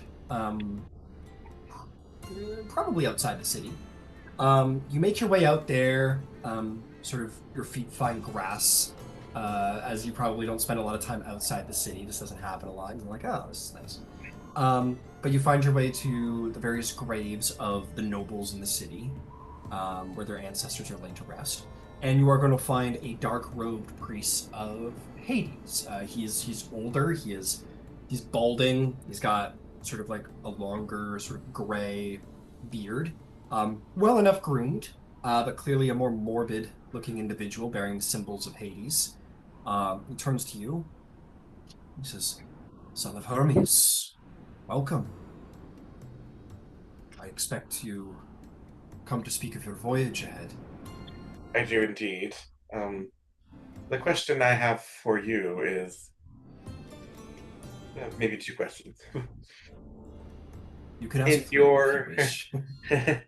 in your most elaborate rituals involving, worship to your god, what items do you sacrifice in his name? Hmm.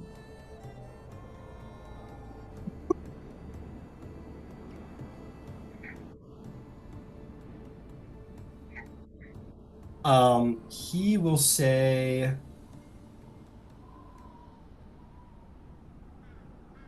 usually animals of a black coat. These can be birds. Occasionally, farmers will produce a sheep of black wool. And it is these sheep that we always sacrifice to Hades, as we believe they are omens of his power. We do not sacrifice, actually that hasn't happened yet. No, so he says blackbirds, creatures of a black pelt.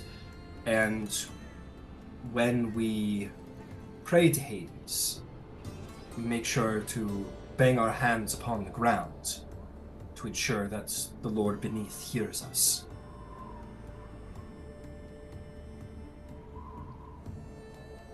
It may be difficult to bring live animals with us to the underworld. Are there any smaller items, maybe any particular kind of food or valuable that he Son of Hermes. Appreciate. I am sorry. My ability to provide you religious counsel of Hades certainly ends in the mortal world. I have never left Athens. I inter the dead, I perform their funerary rites, and speak of what knowledge I have of Hades, but what you intend to do is something no mortal has ever done. I couldn't possibly speak to how to appease Hades while entering within his gates. I expect there will be no way to divert his... I couldn't imagine. These are matters beyond my knowledge as a mortal priest. You are, as a demigod, may be able to speak to this more. If I had to guess, I can't imagine he wouldn't be offended and will require some payment, but I have no idea. It will certainly not be in the manner of sheep and crows. Mm. I'm sorry, no one has ever done this before. There is no knowledge of how Of to course. appease him in his own domain. Okay. Based on what he's just said, I don't know if I'll have an answer to the next question, but I'd also ask if you were to personally give a gift to Hades, what gift would you give? If I was to go to the underworld and give a No. gift... No, just in general, what do you think, Oh. based on your deeper understanding of Hades than anyone else in Athens, what would be something that is appropriate and may please him?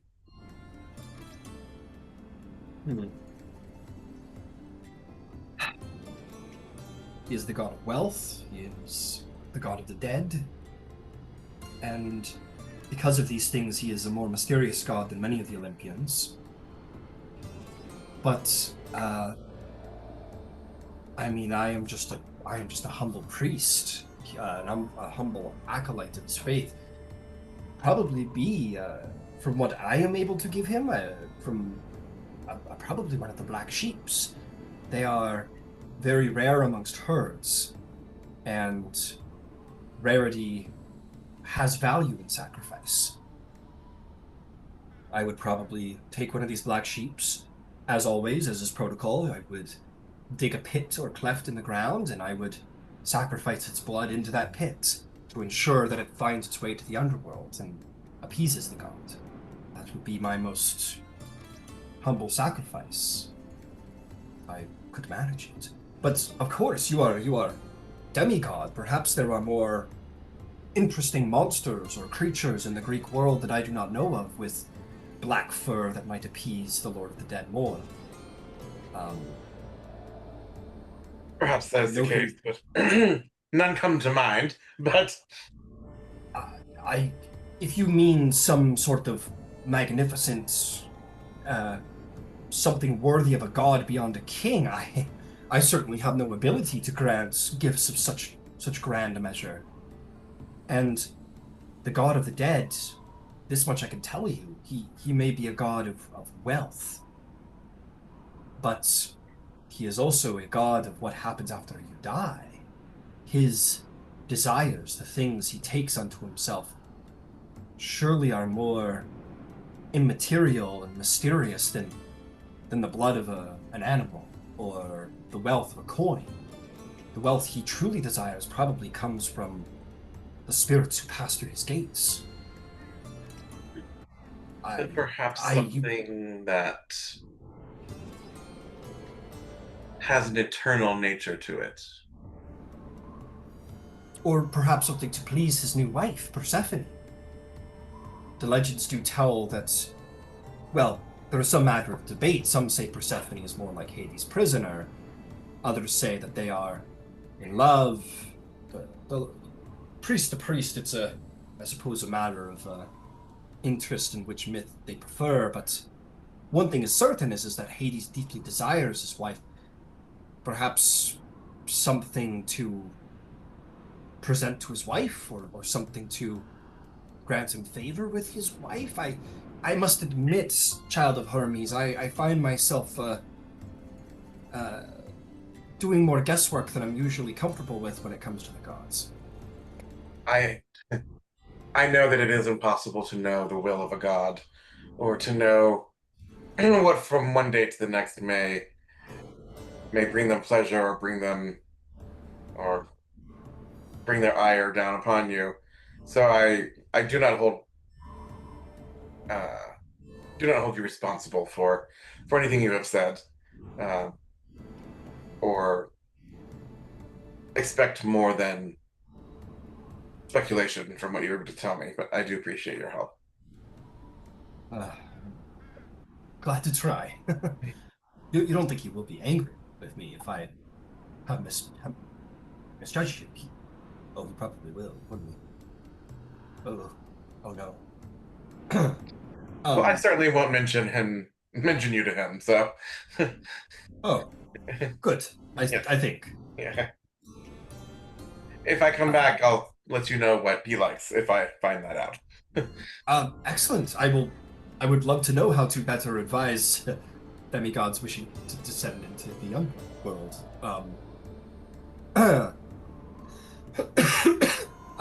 I wish you the best of luck on this journey, and wish I could tell you more. I'm gonna go lay down after we share some snacks and wine for an hour. I'd love some olives if you have them. I of course we have olives aplenty with the gifts of Athena.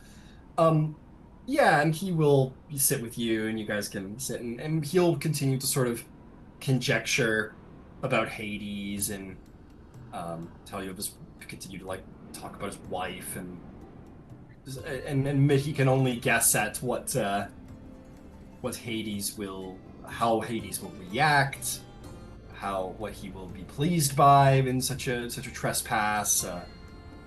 He will give you a little bit of lore, though, that perhaps is of interest to you. He says the attendants of Hades are many.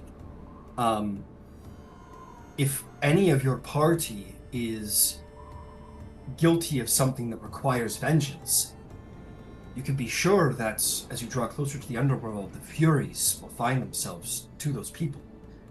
It may be best to, before going there, make amends while they can. The Furies are a great danger to anyone who has caused a major offense. Enough so to invoke the bloody Erenis.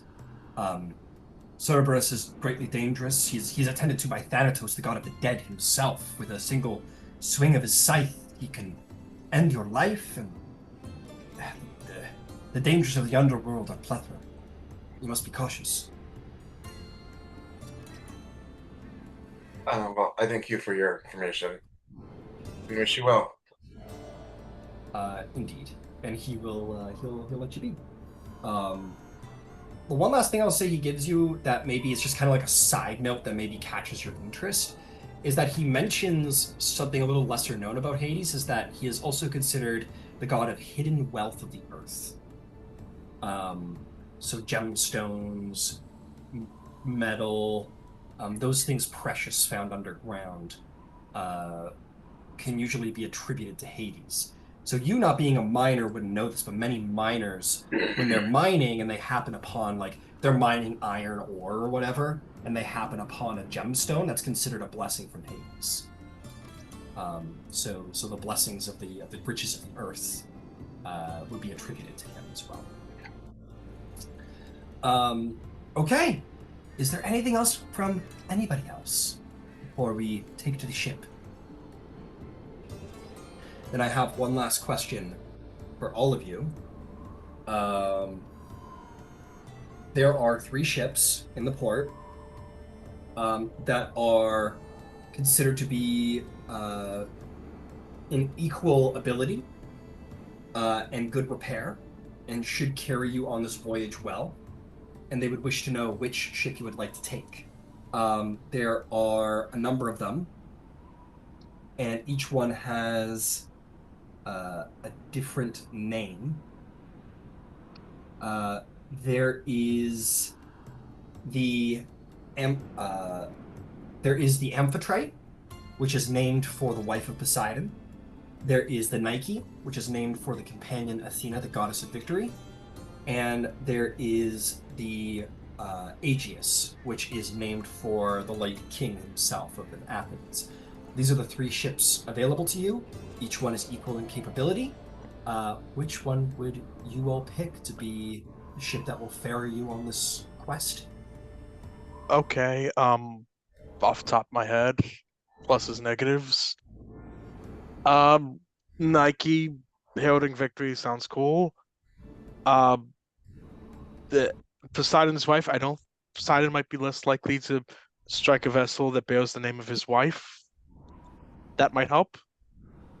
But I also gotta love the idea of like the ship Aegeus going down and helping bring back Aegeus' son back to life. So you like all of them? I like them all, but I'm leaning towards Amphitrite, the Poseidon's wife, Amphitrite, and Aegeus. I'd avoid the Nike because it's associated with Athena and Poseidon and Athena, not friends. Yeah, not at the moment. Yeah. I like Amphitrite. How do you say it?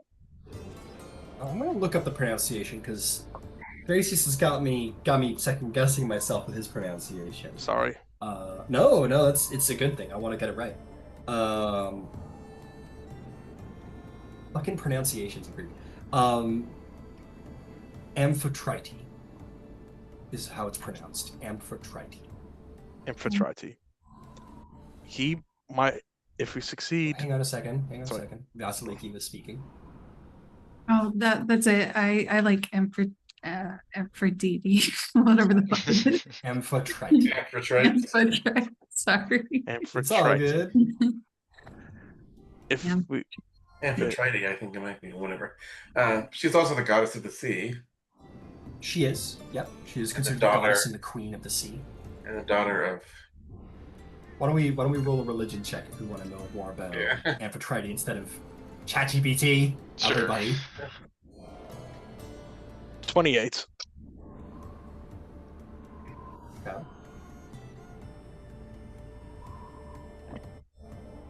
Nine.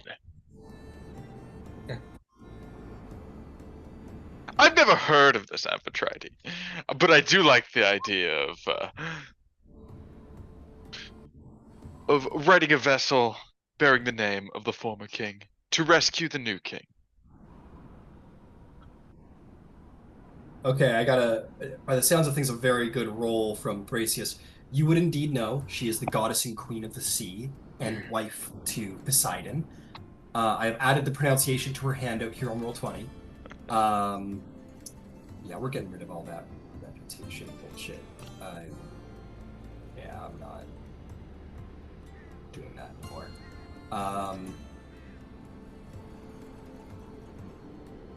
She, if it matters, she is the daughter of 2 individuals known as Nereus and Dorius, which you don't necessarily know about those guys and not important. But most importantly, he's the wife of Poseidon, usually considered to be a part of his retinue. With that said, much like Zeus, Poseidon has a great history of infidelity upon his wife. The difference between the 2 of them is, as far as legend can tell, Amphitrite is a lot more chill about it than Hera, who often takes revenge on Zeus for it, whereas Amphitrite just kind of like... Oh, they're you don't know the swingers. you don't know the politics there. Like, maybe she does get upset, but not so much so that she takes revenge on Poseidon, whether it be for fear or for swinging, kind of whatever it may be. You don't know what the deal is, but for all of Poseidon's infidelities, Amphitrite's never been known to take vengeance on her husband or her husband's lovers or her husband's children. Whether because she's chill with it or because she's some other reason. Yeah, that's what you know, and you can pass that along to the group.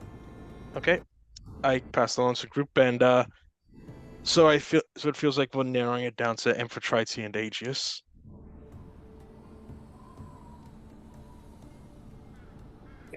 I think there's something poetic's the right word, but it almost destined about using the Aegeus to head to the underworld to get his son and Poseidon's son back. I could not agree more.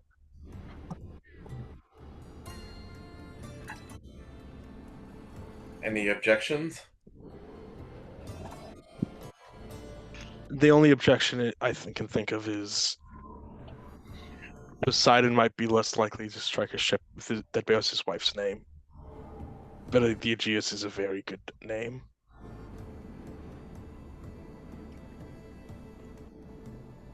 So it sounds like most of you are looking at Aegeus is the way to go. We'll put it down to a vote. Hold on. Let me see here. If Poseidon himself is in a thunder-tempered mood, then choosing a ship becomes less like shopping, more like selecting a myth.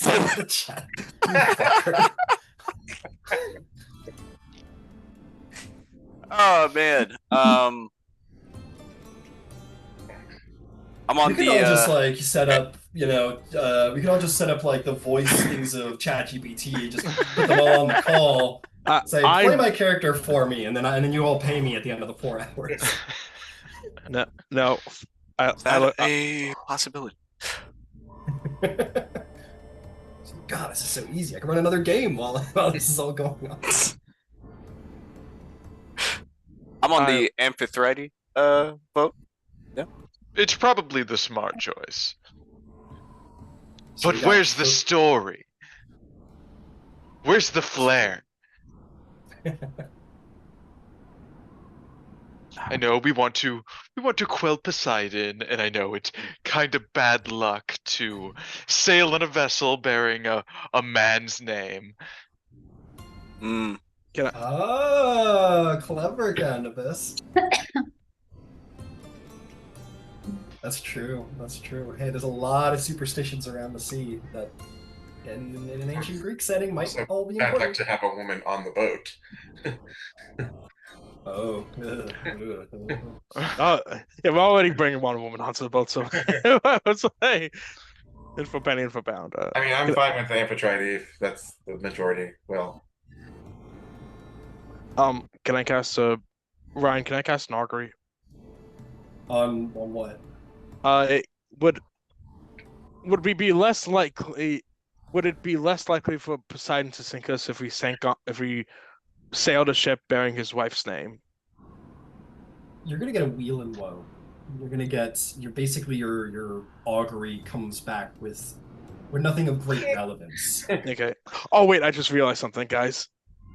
It's kind of awkward, like have sailing an Amphitrite ship in name of a goddess whose husband, in search of of Theseus, who Theseus is not Amphitrite's son, so that might be somewhat awkward. Guys. No, I think she's cool with it. No, I think she's cool with it. I think we're reading a little bit too far into it. Let's just choose one.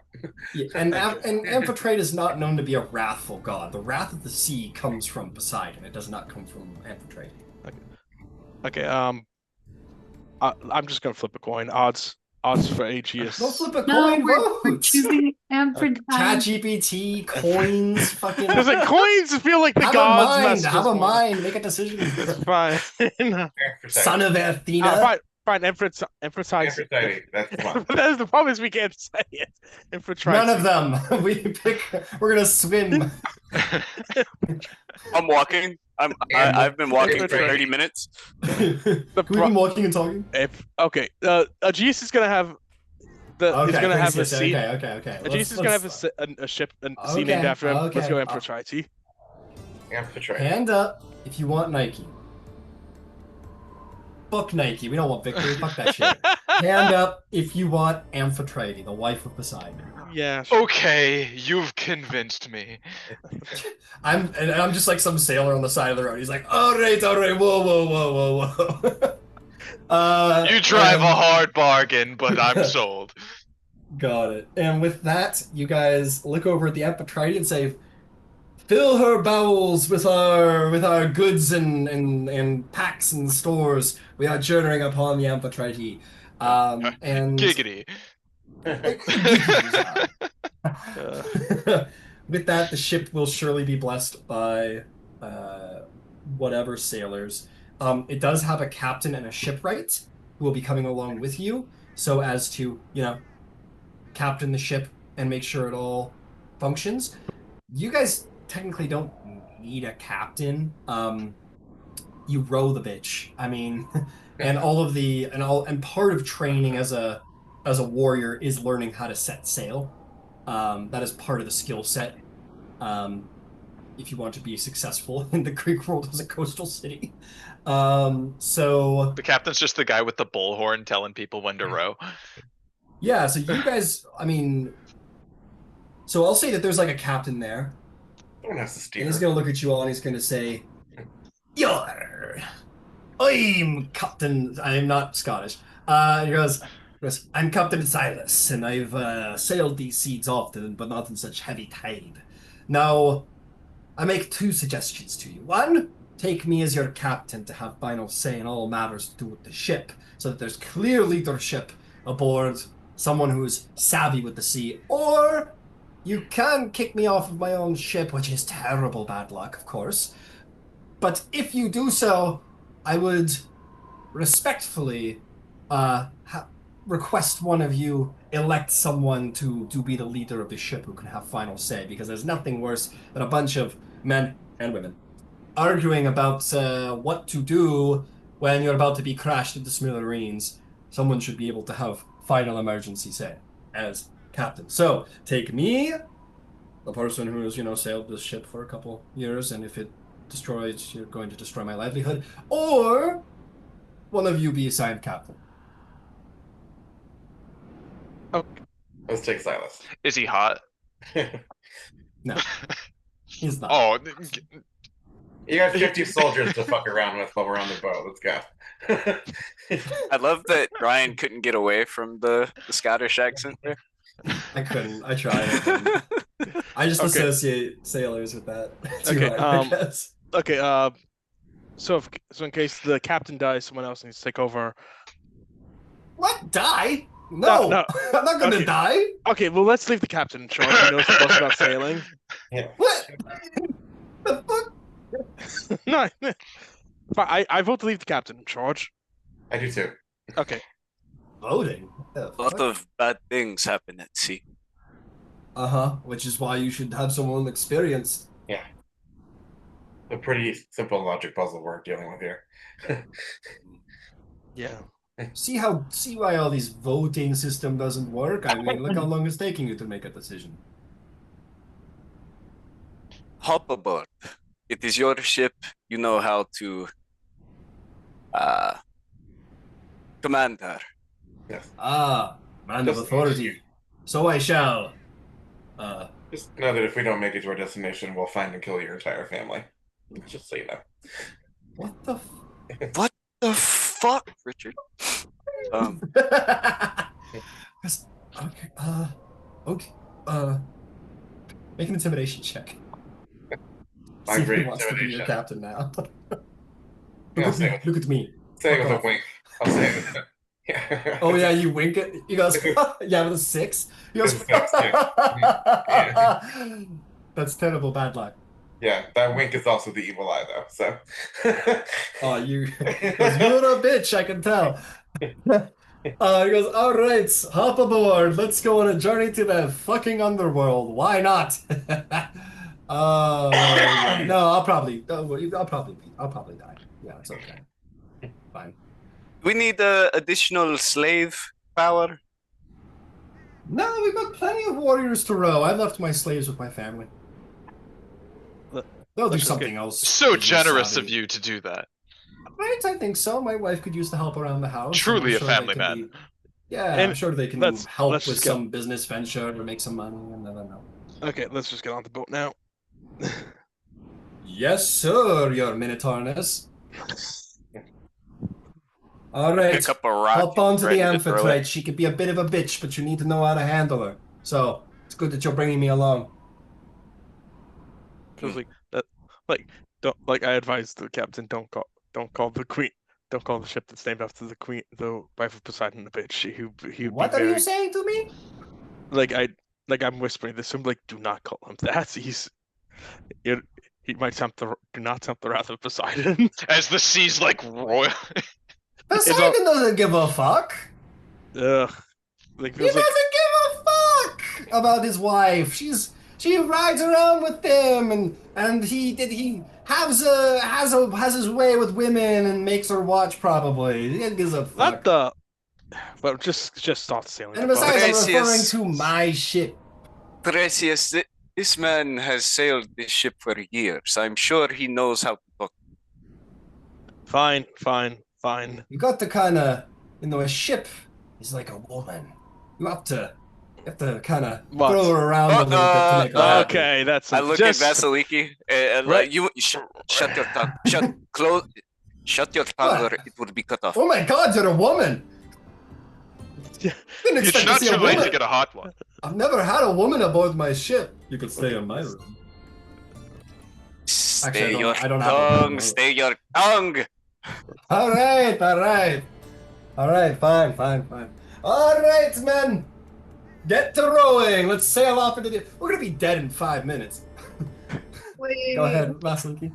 can we get to Tiresias? Can you come with us? Yeah, Tyrese is like, don't worry, I'm coming. No. He bet runs through the wall.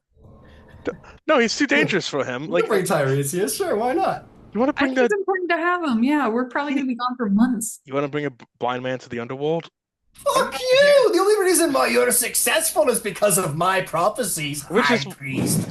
Which is why I want to keep him in the temple because he's safe Hey, there. my visions still work. Has your temple still working, High Priest? It's like, do you like living in that temple? I do. Exactly. Are you guys Exactly. Are you guys thinking we're bringing all of these people into the underworld with us? I mean, that doesn't seem like, or just the 5 of us are going into the underworld. Like they're getting us there.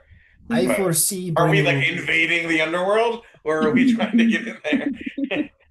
I foresee No. if you bring anyone without divine blood into the underworld, they will probably be murdered pretty quickly. So Yeah. it'd be best if you left us on the shore at a Right. certain point. Yeah, so he's not coming. I foresee much dead in that decision. Yeah. Like much dead. Much death. Yeah. We're good to have on the way.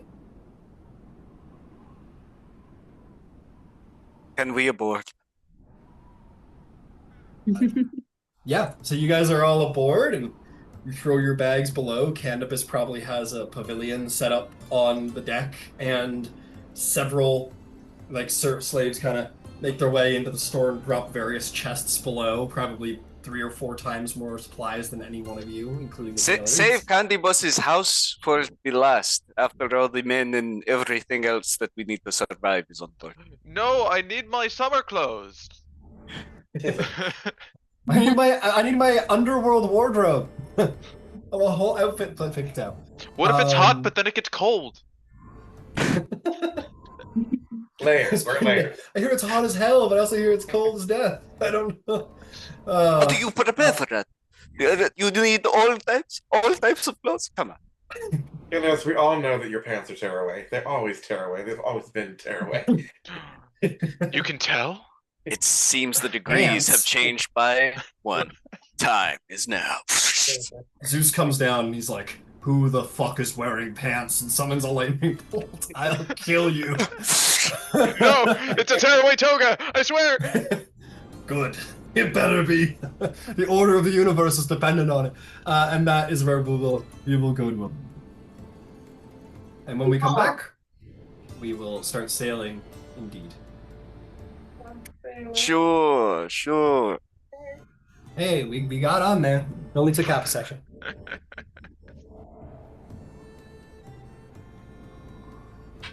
The other half will be aura farming.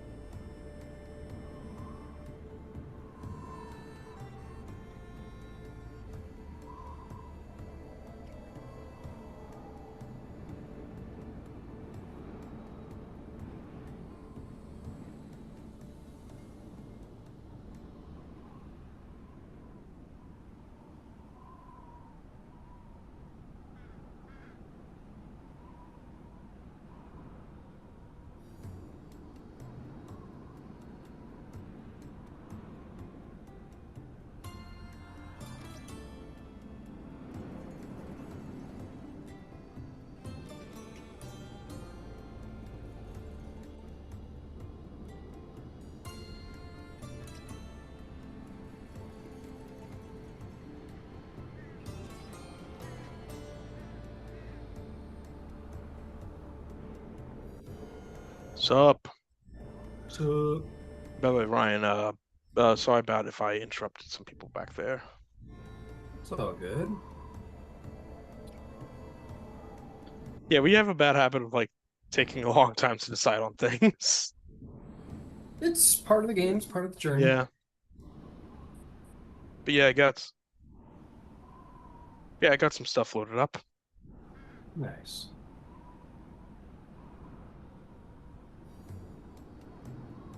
Yeah, I've adjusted spells for the journey too. Right on. Because we're gonna need to make a return trip.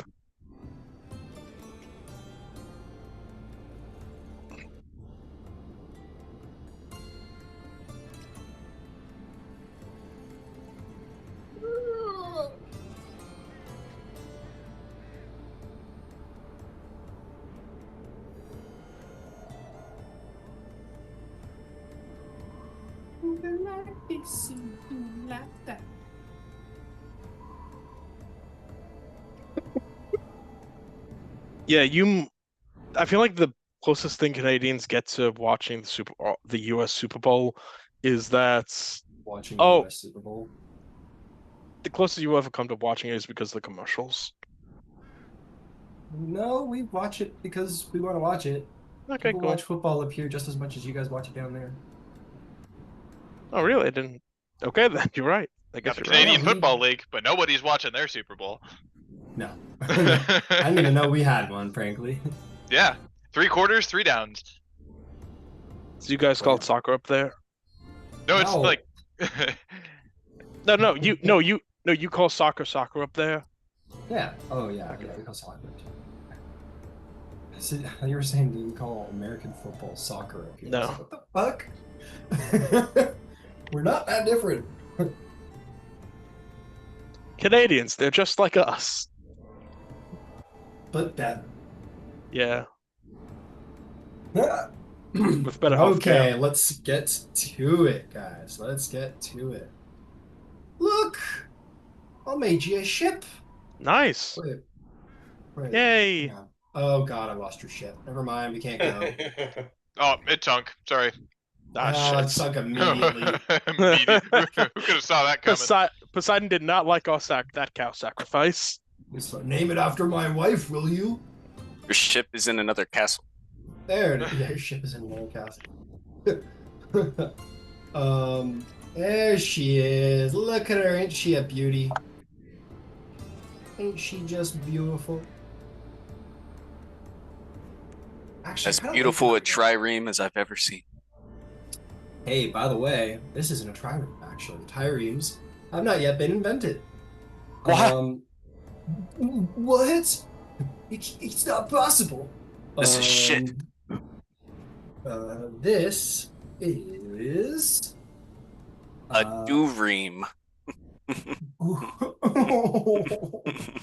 No, it's not.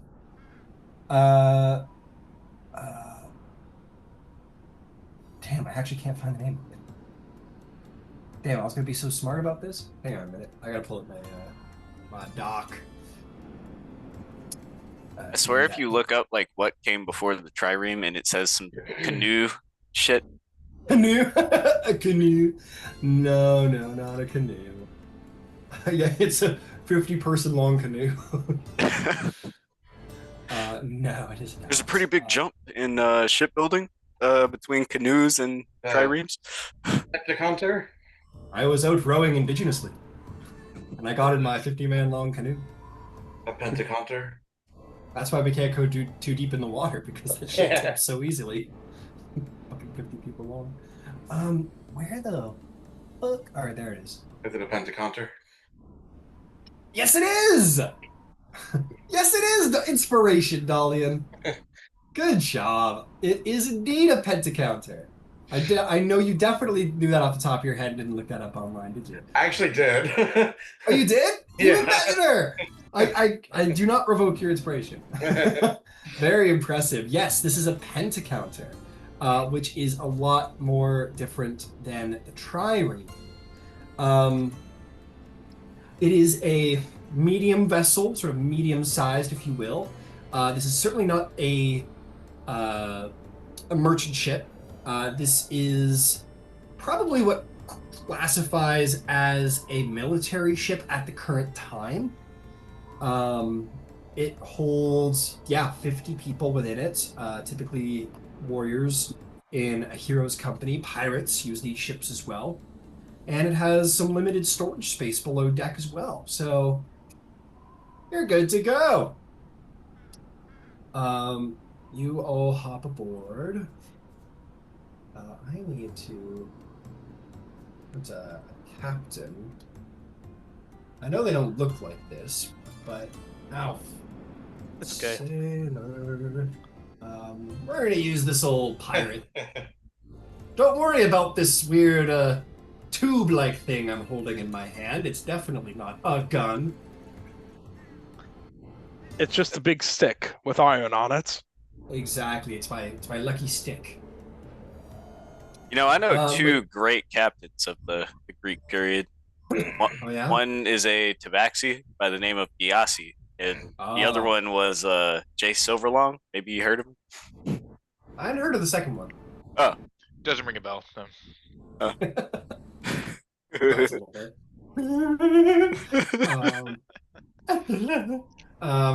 All right. So aboard your ship, you will have shipwright Alexios. Alexios. And the other one is Captain Silas. And with that, you guys all board your ship. The people of Athens sort of, goodbye, we will see you later. Bring back our king. And last thing I do is tell Xenia you'll hear from me. You should hear from me this evening. Oh, are you not leaving? No, you're here. No, you're here for me. Take care. I go, what? I'll explain. She'll find out later. Okay. He says, so, what is this place we're going to? You said it was called, Tanaron? Was it? Yep. I'm aware of only one Tanaron. It's more of a myth than anything. Cape Tanaron at the, it is the more western of the southern tips of Sparta?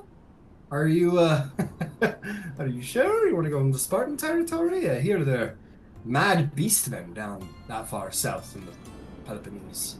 I don't know why I'm asking this. We're going to the end of all. It's not going to be the scariest thing you see. All right, let's get on the way. Let's go! And with that, your ship will start sailing.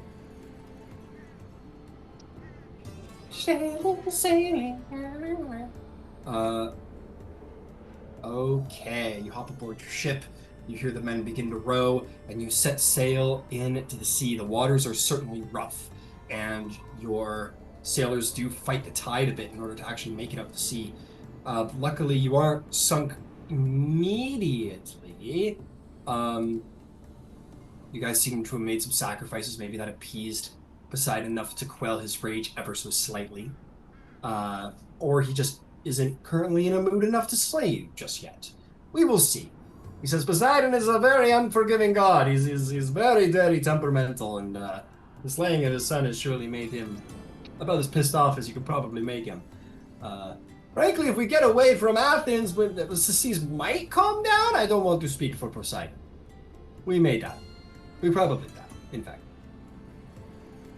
I could use some help, honestly. You, High Priest person, do your religious thing. Appease Poseidon. I was like, okay, I will pray to Poseidon for a safe voyage. Great. You're the son of Aphrodite, right? Quite, yes. Awesome. Maybe you could, talk to the sea? See if you could, get your voice out there to Poseidon, convince him not to kill us. I don't know if you're a good talker. Talk to the sea, you say? Yeah, sure. Sometimes you just gotta soothe them with a good voice, maybe. I don't know. Demigod. I'm sure you're the captain here, so I will speak to the waves. Awesome. What else can I put you all to work doing? Let's see here. Oh, yes. You're an Amazon, right? Aren't you supposed to be like a good tracker or whatever? Yeah, that's right. Do you have any experience on the sea, reading the sea? No. Well, fuck. Okay, great. Um, what can I have you do? Try anyway. He said, "Go over there. Go learn about the sea. Okay. I'll come over and maybe try and help you out." Let's see here. Um, you, son of Ares, you're probably pretty strong, right? Decently. Well, why don't you grab an oar and see if you can't, help put these people's back into it, huh? What do you say? I will do what I can. You know what? Fuck that. Say, oars are for oars. Why don't you, help man the sails? We're gonna need someone who can pull it down and rig it back up rather quickly. That's gonna require a great deal of strength. If that is what you believe is best. It is. And lastly, you, Wit of Hermes, you're probably a pretty keen-eyed fellow, huh? I try my best. Yep. So much humility. Very ambiguous as to what your skills are. Why don't you take a look around and basically see if someone's fucking up or not, huh? Okay. Great. So he's gonna come and work with you, Vasaliki. He's gonna be like, all right, you don't know about the sea, I'm gonna tell you about the sea. So you're gonna want to sail into waves as opposed to the side of the wave, or else we capsize and die. If we do this, we die. If we do that, we die. If we do this, we die. So he will even out your disadvantage I would give you because this is your first time trying to track the sea. So here's what you're all going to be rolling. I also am going to need descriptions of what you do, what you say. Thrasius, I'm going to require a religion check for providing offerings and religious whatever. Candybus, I'm going to require either a performance or persuasion check to soothe the sea. Dolion, it's going to be insight or investigation to see where people are fucking up and to correct them. Vasaliki is going to be a nature or survival check. And last but not least, Romulus, athletics, pure and simple. I'm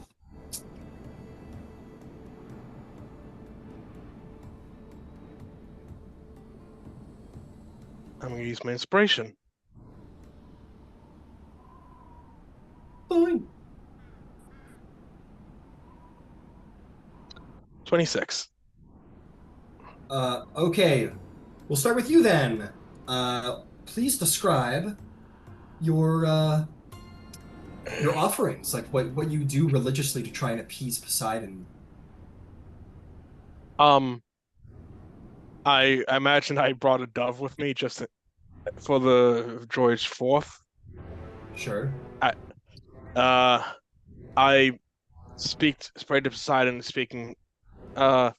praising him for his command of the waves and the great ocean that can both feed people and tear its enemies apart, and ask us to lend aid upon our travel so we might bring his son back, so he can sit on the throne of Athens and be the great king he is meant to be. And Okay. I chop the pigeon's head off and toss it into the ocean. Fair enough. You provide blood to the sea. The color of the gods is, after all, red. All right. A fine offering, and you make proper omens. Probably very much focusing on the fact, like, we're doing this to save your son. It's in your best interest to let us live, and maybe has an effect. Who else? Who would like to go next? Candybus, what did you roll? I rolled a 12. A 12 for my persuasion. Ooh, all right. On a 12 persuasion, what does that look like as you sort of speak to the sea beside himself, perhaps? I think Candybus is gonna step over to the edge of the boat and see the roiling Black Sea as Athens gets further away, and a single tear will roll down his cheek but he does not know why. And he'll speak to the waves. Great and mighty Poseidon, I ask safe passage through your seas so that we may right a wrong that has happened to your son. Excellent. Let's keep her going. Very good, Candybus. Vasaliki, as you are at the front of the sea and the captain's sort of giving you a little bit of basic instruction, What do you roll? 19 survival. 19 survival is very good. Tell me about that. What is reading the nature of the sea like for Vasaliki as you do it for the first time under the instruction of an experienced captain? I think like she's always been a bit pragmatic and the consequences of nature come natural to her. And so when he says like, I don't know, don't go left because of this, like she gets it, like she's able to catch on quickly, maybe. Mm-hmm. Yeah. Excellent. Yeah, he may have like the knowledge of the sea, but you have the feel of nature as a ranger and are able to, very quickly, almost instinctually pick it up. Absolutely. Romulus, what did you roll? 15 athletics. 15 athletics. Tell me about that. Tell me about Romulus mightily, because this is like one man should not be, even two men should not be capable of managing sails, especially not in these conditions. But you are strong. What does that look like? Tell me about that. I think I'm picturing like maybe one rope for like raising and lowering the sails or whatever. And I think he probably uses his breastplate as like a I don't know, a buffer between his skin and the very rough, coarse rope. And I think he kind of threads it through his back and he like wraps his arm around both sides, so he can adjust like as needed, like kind of let loose with this hand and then catch it with this hand to kind of stop it. See and some then of the men, adjusting. like, as your fucking pecs and biceps are just rippling. Some of the men kind of. Oh. I got a little distracted. Incredible. And last but not least, Dolion, as you use your good wit, what did you roll? 17 insight. Nice. And what does that look like as you're kind of keeping track of things and looking for errors? So Hermes is the god of travelers and traveling, and also commerce and trade. And so I think Dolion he's traveled extensively as well. So I think he's been on boats before, kind of understands like rudimentarily like how they work and how the oarsmen have to work together in order for maximum speed. So I think he can see when people are like out of time with the other rowers, and we'll fix that. And then also like I think he can kind of tell too, like when they're not pulling with their full weight. So we'll just like go around and like smack him on the back of the head. Very nice. Excellent. And there's also probably a drummer who goes, doof, Yeah. doof, doof, to keep everybody in time. That's one of the major responsibilities. And yeah, you keep a track and you sort of put some people in line who are not rowing quite right. And I got great news. You all succeeded. There are no consequences. The sea is storming and wrathful and wrong, but not by largely any feat of violence, but by teamwork. As maybe Dolly and you like call out something that kind of eases, like sort of like that was getting in the way of Romulus being able to perform his duties, and you help him out. Thrasius, your offerings only sort of allowing the ears of Poseidon to open more for Candybus's words and genuineness towards the sea. Vasaliki, working with the captain, you're able to sort of see which way is which is going to make Romulus's job a lot easier. You find yourselves all sort of working together. And with difficulty, like the moment you leave, it's like, okay, pull that down right over there, everybody want to row left, and immediately it becomes like, it's hard work. It's like, I'm not gonna say an emergency situation, but certainly like, it's certainly not leisurely. Everyone is working hard as you combat Poseidon's very rage. And you are going to succeed. There were a couple instances where the ship could have been damaged, especially thanks to Dolion. There was a couple instances where maybe men were working a little too hard to fight the waves, and Vasaliki is able to sort of correct the course of the ship to make it easier on some of those people. You guys make good progress finding tides, thanks to Vasaliki. And Thrasius and Candybus help sort of like calm the wrath of the sea enough that you don't fully fucking capsize. And that's kind of your first day. Like, pretty much most of the day is this. It's just hard rowing and sailing and doing everything you can to ease the voyage and make speedy time as you go. As you are making your way, you pass a rather large island on your right-hand side, which would be to the west as you're traveling south. The captain would say, "Over there is the island of Ejima.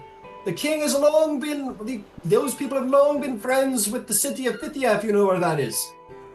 I do know where that is. Oh, great! Gold star for you! And you guys would know that the king who helped you guys bring the Myrmidons to help out Phthia comes from Aegina. So that is the island of the Myrmidons. And you guys continue onward, though, throughout your day of journey, using the tide to your advantage. The day begins to sort of grow late as you see land dead ahead. And he says, "We should take harbor in the port of Trozen. It is a city, and it will probably be nicer than just camping on the shore, but we'll have to pay to stay there in their harbor for the night. So, up to you all. Do you want to take harbor in the city of Trozen, or you want to just rough it out on the shore and keep on journeying in the morning?" I say Are we done already? It's been 8 hours! What do you mean? let them have. It's just, I say let them we have. sailed from dawn till dusk. Let them have a taste of civilization. One last taste of civilization for sure before we keep going. What is the cost of staying in the airport? It's not much. It's just a port fee, really, and you know, it's not much. I'll look it up for you. How about that? Yes, consult the ledger. I will consult it. I can't read, but I will consult it. Reading being a rare talent and all. It's just a bunch of circles. Like one, two. That's exactly probably what it is. He says, "Okay, let's see. It is probably going to be probably like, fuck, what will say? It's probably going to be 10 gold to port and harbor." this many. Yes, this many, especially if we're not merchants. It's cheaper for merchants. It's X gold. Okay. Okay. It is this many. Okay. Well, I'll pay 2 gold to pay for it. No, this many, not Yeah. 2. Yeah, but 2 from each of. Okay. Oh, got it. Sorry, I didn't read your mind. Okay. But yeah, I chip in 2 gold to pay for the fee. Alrighty. No problem. Pocket change, really. Oh, For a must be senator, nice. I hope.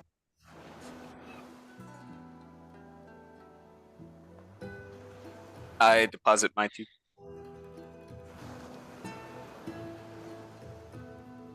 Okay.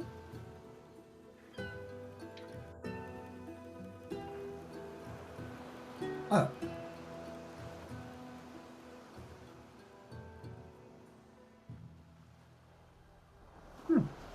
Question.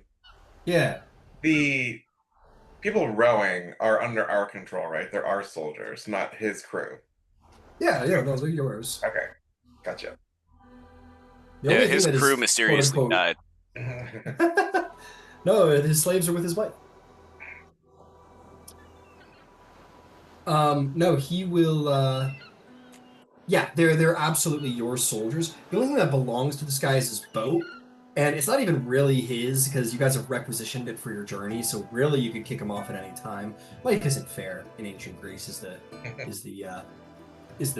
whole situation. The guy came in to deliver some merchant supplies, and Poseidon decided to take Wrath on the city at that exact moment, so he's been stuck aboard, losing money every day, and now you guys have requisitioned his ship. So, yeah. But it's bad luck if we get rid of him. It is terrible luck, in fact. Terrible, truly. It's- Poseidon might never forgive you.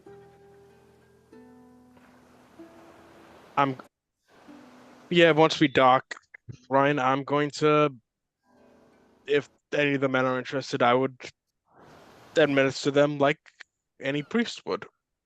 As you guys take port here in Trozen, you're going to find yourself in, a very nice city. It is very strategically placed. The port is accessed through a bit of a gulf, which is well defended. And it has like a nice palace about it. Like Trozen is not like an undeveloped city. It seems to be a fine trading space. I would like you guys to, anyone who's interested, to roll a history check regarding the city of Trozen. Okay.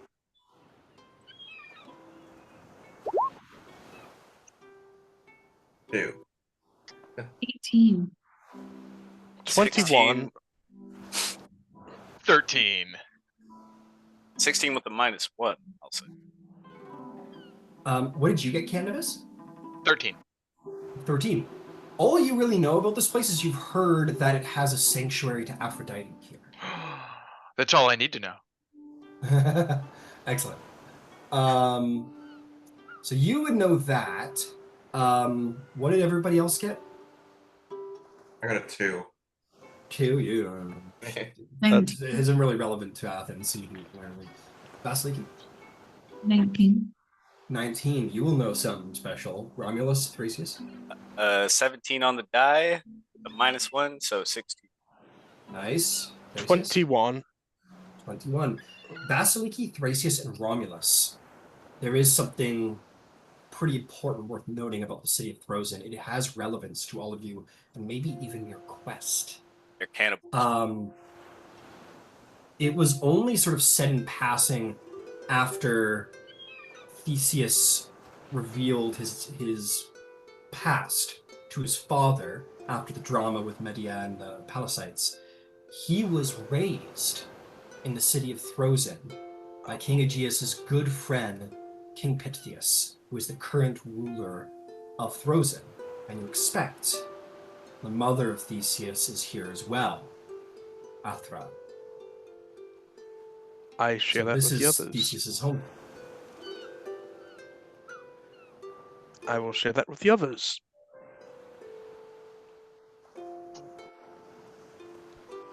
Well then. That's quite the development. Did we let them know he's dead? And word might have spread by now, but I'll go speak to them and tell them of what we're doing. Let them know he's soon to be not dead. I mean, is it even worth it if we are on a course to resurrect his soul? Why give his mother undue stress? Because there's a chance we may fail. They might as well let her know. But why even let her? Wouldn't you want to? Because Why get their hopes up that we may succeed?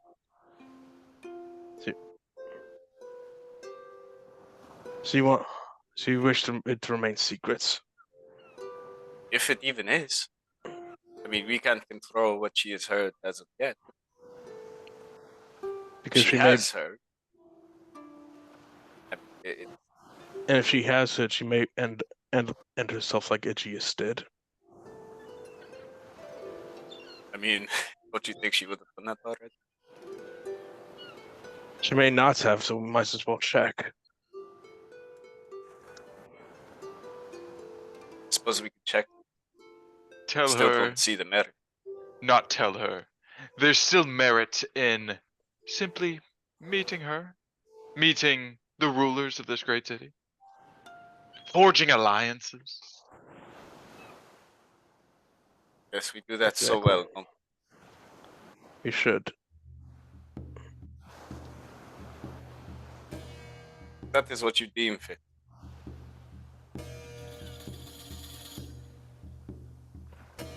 Vasaliki, do you hold an opinion? Muted.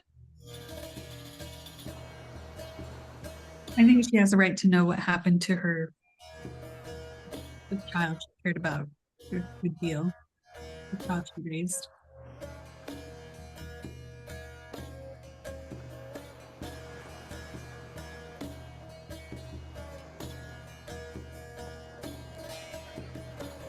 That's all. Okay. Sounds like you guys are going to request a royal audience to speak with the King of Throzen. Incredible. I'm working on a little image for this handout as we speak. But for now, I will post a handout with the relevant information. You make your way through the city. First things first, there's plenty of places where people might have lived, and it's sort of built up onto the sort of side of the mountain here. The other thing I want to give to Thrasius, Vasaliki, and Romulos is that you also happen to know that this city is in alliance with Mycenae. They pay, they are neighbors, and thus pay, support to each other. They're allies. You might see signs of that very subtly in the sort of goods that are carried. You see that the markets are probably thriving from this trade agreement, where you imagine exists. The buildings are well, the people seem happy. It seems like a fine place to live.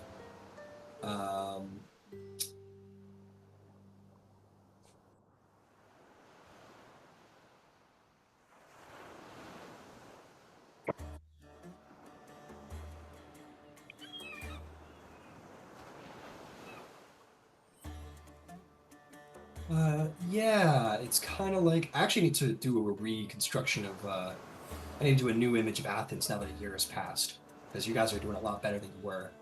But here is the image of what the city of Trozen is like. And the handout I'm about to post. Now.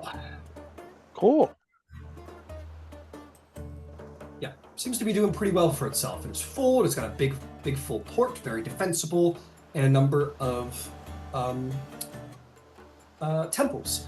And most interestingly is a very large temple to Aphrodite. You would see just beautiful stonework, like it's just a massive temple. It's probably the most primary temple here, in fact. It has a long, if you go inside, Candybus, take a little peek inside, it would not in size be terribly different in grandeur to the temple to Athena on the Acropolis, except maybe a little bit less in design. Like that one had a myriad of statues sort of like built into the design. This one isn't quite that eccentric, but it definitely has like 2 rows of column pillars and has a very long, large, open interior with a beautiful statue of Aphrodite right in the center where many offerings lay at her delicate feet. Do we have interest in stopping by the temple before we make it to the palace? I mean, I would like to. I'll pay my respects. Of course. Oh, you're too kind. Yeah, you guys make your way over there, and you would see that, as usual with these sanctuaries of Aphrodite, the temple is surrounded by a number of beautifully decorated houses in a myriad of colors, a lot of pinks and blues and yellows, usually like silks and drapery, which are the houses of the various servants of Aphrodite. And in the ancient world, it is considered a great honor to be one who provides the service of Aphrodite, especially as joined to the temple itself. So I believe they're called Hetaria. Some of the best ones are called Hetaria, but these are essentially servants to Aphrodite who are not quite priests, but provide a sort of courtesan service to the masses, spread love to those who make offerings to Aphrodite. And then there are the priestesses themselves. It is a lovely, beautiful place. As you enter within, to the sound of a myriad of joyful sounds, laughter, giggling. This is the Temple of Aphrodite is a rather joyous and well-smelling place. It's very clean and enjoyable. It has more chill music than this too.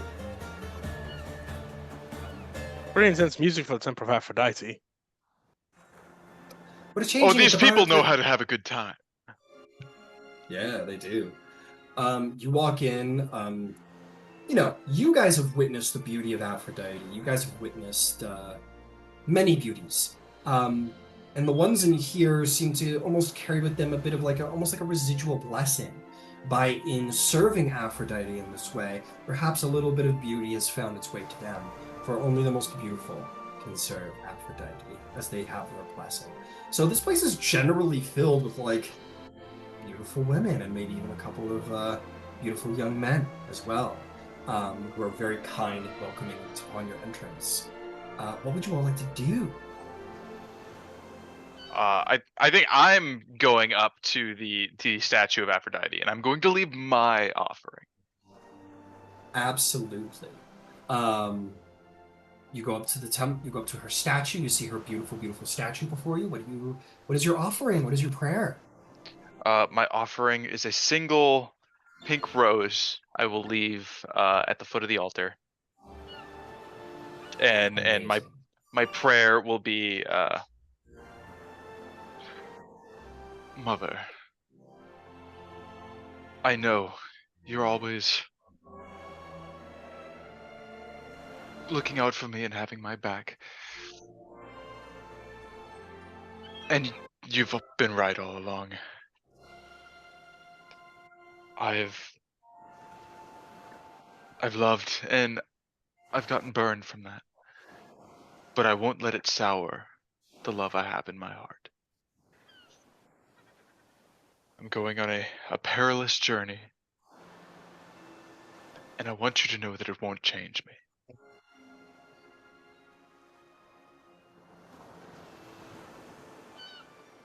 You make this prayer, a beautiful prayer, to Aphrodite, as you are going to save a young man.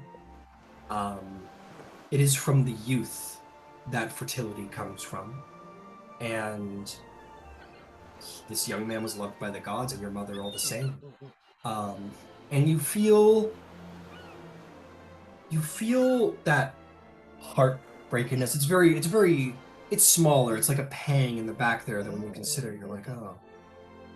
It's not so active as like a true heartbreak as that one that you possess. But as you make this lovely and true prayer, you feel sort of not making the pain go away, but maybe making it more manageable, is the glint of hope. That's almost like in your words, your genuineness, you provide Aphrodite herself with hope for salvation for this young man. And it makes the journey more bearable ahead, a little more lighter to go forward. As your heavy heart is just lifted by the power of hope.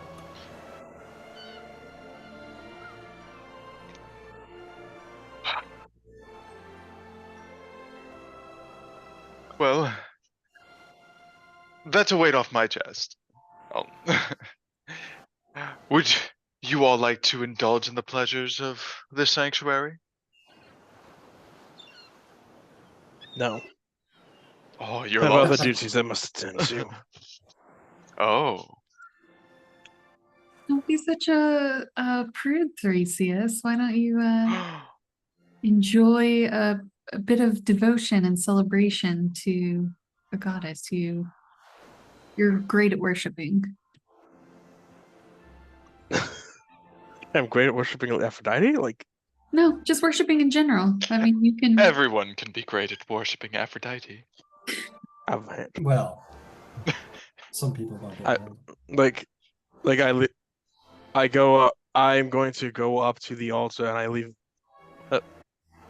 a coin on that, not at the foot of the statue, and pray to Aphrodite and for her that she whom born from sea foam might help us on our journey to to to in our travels to and return, hopeful return from the underworld with the soul of Theseus with us.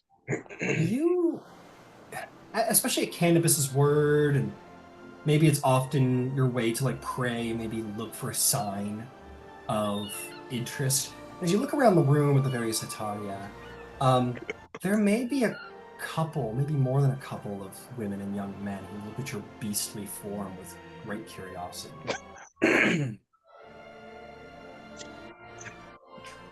Thrasius is going to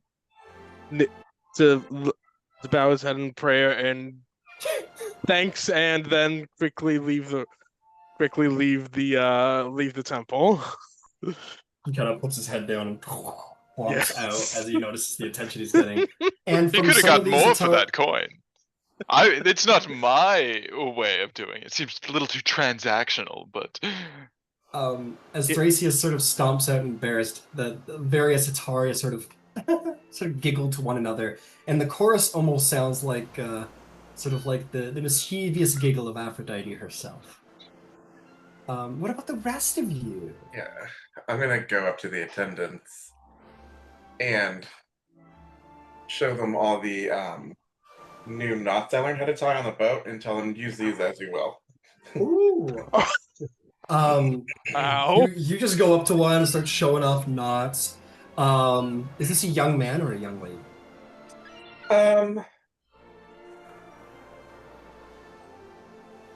I think I'll show the young lady because I think it's funnier for her to tie him down.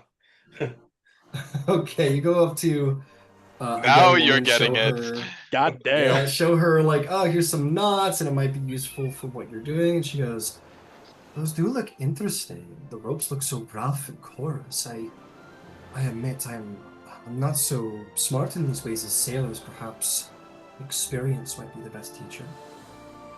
It often is. Well, I happen to know a place that has many anchor points that we could go to. I'd be happy to demonstrate. Bring your friends. She goes, oh, my friends, you are bold one. Why don't you make me a persuasion check? Persuasion, okay.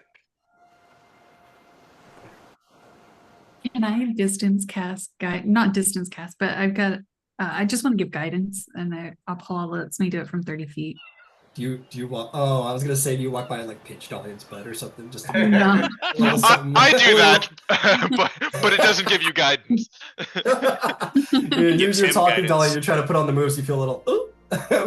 But you also feel perhaps a little prophetic. Maybe Vasaliki. At some point today, you're like, make sure you say this keyword. It'll help you out. You'll know when.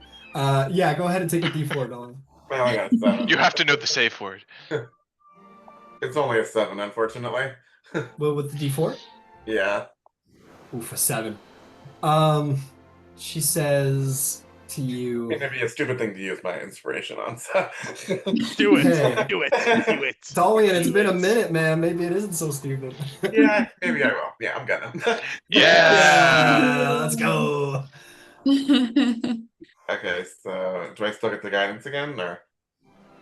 Yeah, or keep the yeah, toss the guidance. Whatever you rolled on guidance, put it on top of that. Oh, okay, so it'll be a 14 this time then. All right, 14's better. She says, oh, bold, my friends as well.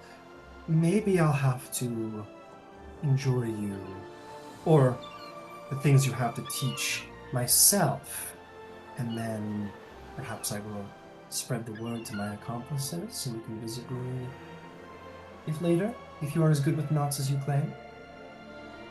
As you wish. And she will take you by the hand and will accept your knot tying skills as a small offering, and will take you to one of the neighboring homes to learn about your skill with knots. And will certainly take things in a worshipping direction, let's say. The beauty of this one, it's really hard to get out of, but all you do is pull right here, unties it.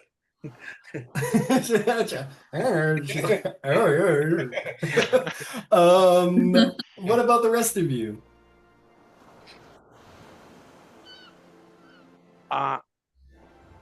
You're already gone, Thrasius. What about You can come back though. You're still welcome. You can't come back to the temple. What about the siblings here? What's the interaction in the temple like? I think he kind of looks at his sister. Like, you're gonna have fun here. And then I think he goes up to like the altar, and but did you explain like what was kind of at the altar for like people who want to like show respect or prayer or something? You could easily look at the prayer, like what's being left there, and decide for yourself. You could leave. I mean, sacrificing an animal is very much like, I'm looking for something specific, and I'm really looking for attention for it, right? Like, it's not to discredit sacrificing an animal. You don't just sacrifice an animal on the daily. That's for like something big's going on. I need your help. But for something a little bit more passive, a little bit more like this, you see, food. You see flowers. You see probably mementos of like lovers, things of vanity. Maybe more noble people might leave a mirror. Maybe young lovers might leave like a knot of hair from their lover, perhaps, or something that abides by her way. You see seashells are left. There's like a little jar of seashells, and maybe you see someone like leave a seashell that they might have found on the beach, one of the nicer ones. So basically anything to do with like, there's the basic offerings, which is like food. The basic offering, which is like coin. And then tailored to Aphrodite herself are things of the seashore and things and mementos of love.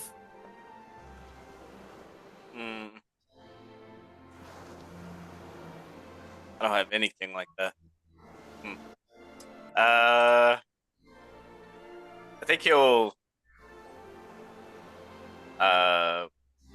would a gold coin be considered? Yeah, you could absolutely do that, yeah. Okay. So he'll place a gold coin at the altar. And I think he would kind of quietly say, I apologize, I do not have anything of love to provide your altar, but hopefully a piece of my worldly possessions will be enough for this. Thank you. Understood. You leave this. Yeah, and try and draw the attention of the goddess of shores, of love and beauty and sexuality and all of these things to yourself. And you leave your little offering and hope that maybe Aphrodite turns her sight upon you for it. And maybe there might be some love for you in the future if you're lucky. And then I think he kind of definitely not appearing to be like awestruck or anything like that. Like kind of nonchalant maybe. I think he walks away from the altar and just kind of stands by his sister as if he's seen, this type of stuff before. She probably hasn't. I will say this, Romulus. You may have seen these things before, but not as a child of Ares. Upon and maybe, you know, the accuracy or whatever, at least in your blood, the blood of Ares is one of passion and impulse. And it is the passions of men to enjoy such things. What does one fight for? Glory, fame, fortune, and of course, women. And perhaps you, as you look around at these sites, unlike when you've been in temples before, you do feel sort of, you know, instinct, passion. These things kind of take over a little bit, and just that you feel great interest and intrigue here, and it's not something you just blow off. You find your blood is a little bit more easy to awaken now that your father's blood runs in your veins. Yeah.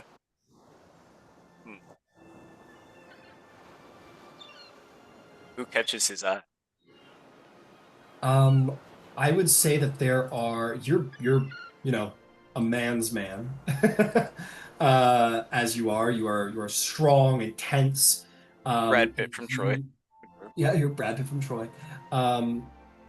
You are going to look around and see that your eyes have caught the attention of many. There is an equal part men and women. There are, you know, I think there's a special word from them, but basically like young men who are like anywhere from like teenagers to young adults who don't have much facial hair yet, very thin, essentially twinks. Twinks were very popular in ancient Greece. So there's a lot of these kind of like young men here with flowers in their hair who are of interest to you, or they're interested in you, I should say. And then there's plenty of like young ladies who are, you know, fresh in the bloom of their beauty, who are very interested in a warrior such as yourself. It wouldn't be difficult to find someone of your interest here. There's blondes and brunettes, mostly brunettes, dark eyes, tanny skin, Greek peeps.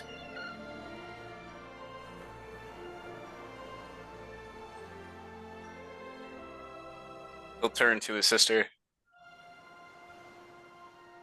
You have your eyes on anyone specific?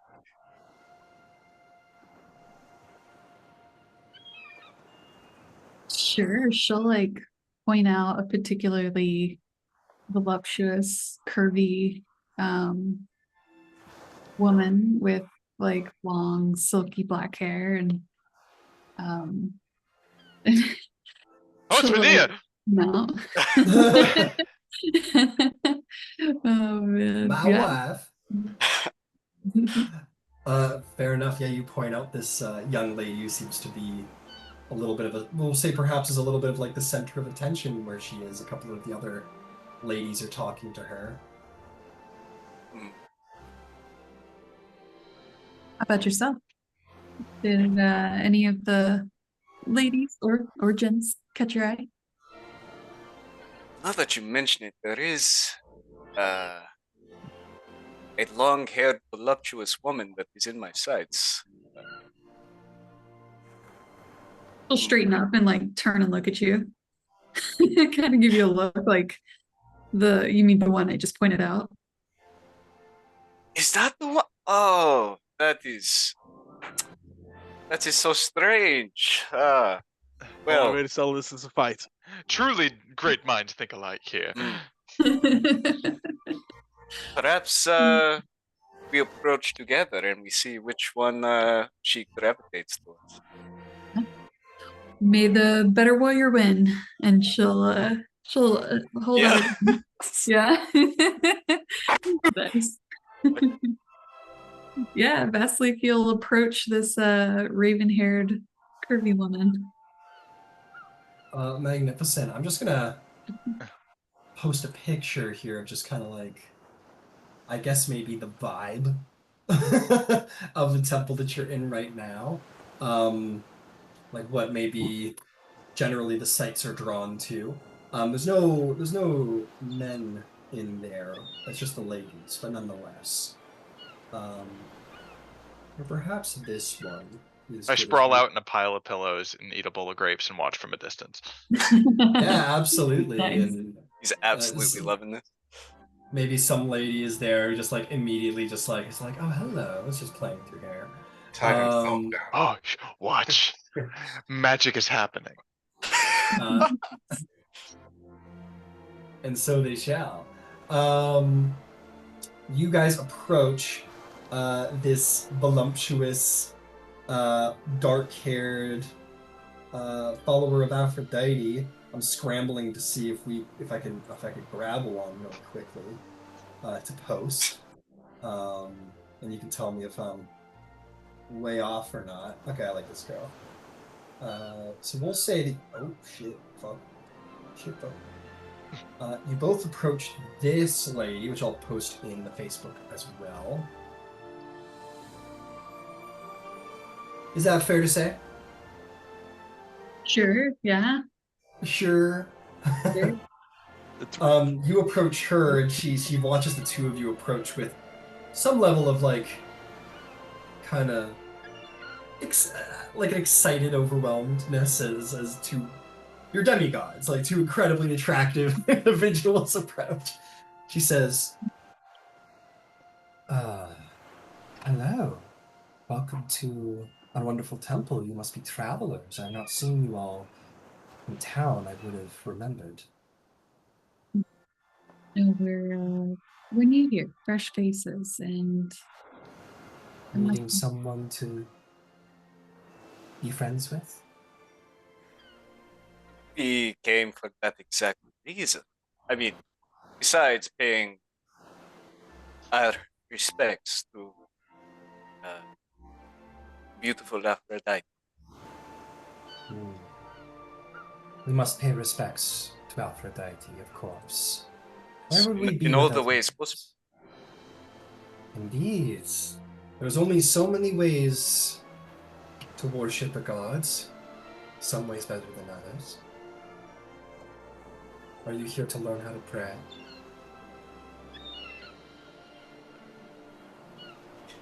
Yes, I regret to admit, but I wonder if I know how to properly show my reverence for this.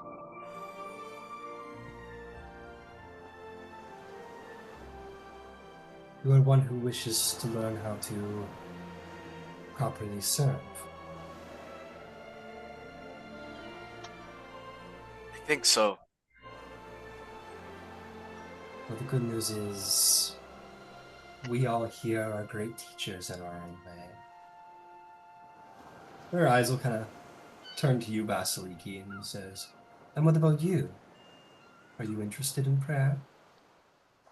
oh, sure. I'm most interested in the prayers of Aphrodite, the ones that involve a song of lovers, if you will. My. And she kind of looks and sees the glint in your eye. And she says, I admit my curiosity is piqued. I have not yet worshipped Aphrodite in such a way.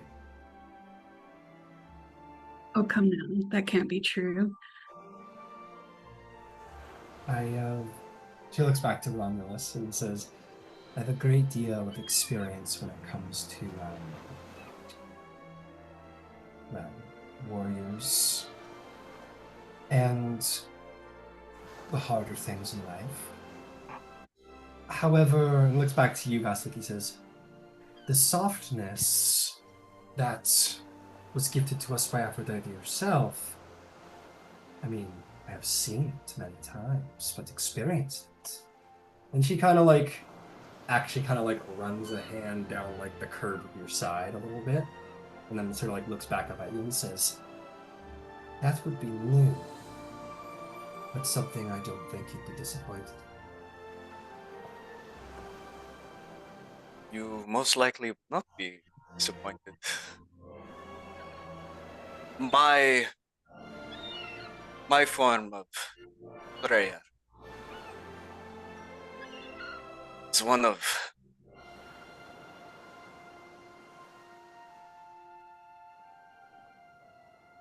passion. I do wish to learn this softness. Passion we can use. Passion need only be leashed properly to perform best. And she kind of looks between the both of you and says, shall we pray? Shall we find somewhere sacred to do these prayers? Well, you see, I do not pray with my brother. This is my brother, by the way, and Right. yeah. And this is my sister. So, unfortunately, you're going to have to choose between the Amazonian woman who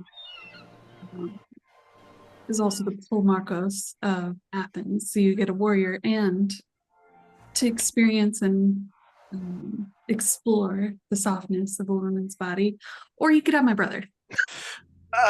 If we're pulling out titles, sister dearest, you could have Yeah. the Polmarchos of Athens and an Amazon. Or you could have the Wolf of Athens. The Wolf of Athens. Perhaps tame the savage beast. She looks to be both in delight and great strain at having to make such a hard. She goes, oh, Aphrodite, Aphrodite. She looks over to the statue. And she goes, how she blesses and curses in the same gesture. And she goes, but you know, she looks back and she says, the only curses Aphrodite makes are the curses we put upon ourselves. And really, the only true curse is people who restrain themselves and without help. Maybe we can all learn to expand our minds tonight and properly worship and share. No. No. No, you don't understand. It's not just the familial relations. I'm not interested in men. Oh. I'm Amazonian after all. I've heard Amazons take men in the night and use them for as long as it pleases them and then summons them up into the woods naked and afraid. Yeah, well, that's a necessity to continue our way of life. It's not my preference. Well, Believe me, I've tried. she goes, well, this is truly a shame. And she sort of looks at you, Vasaliki, and goes, to miss out on the delights of men, looks back to Romulos. I promise you they can be quite hard to forget. I have to choose only one of you. Oh, What the dilemma? famous Wolf of Athens, whose fame is known even here, all the way in Thurston. Yeah. Or the pleasure of a woman and an Amazon at that. Make a fist fight for it. Well, let's leave it up to the decide? dice. It's a dice game, right? It is a dice game, but it's also ancient Greece. I'll tell you what. You guys can roll against one another. If the roll is more than so you have to win by a margin of 5 in order to win. Wow. If you don't, then she's going to have a very hard time deciding and might call on you two to make the decision for her. So, Oh, shit. I'd like both of you to make a persuasion or performance check. See who wins. You must win by a margin of 5.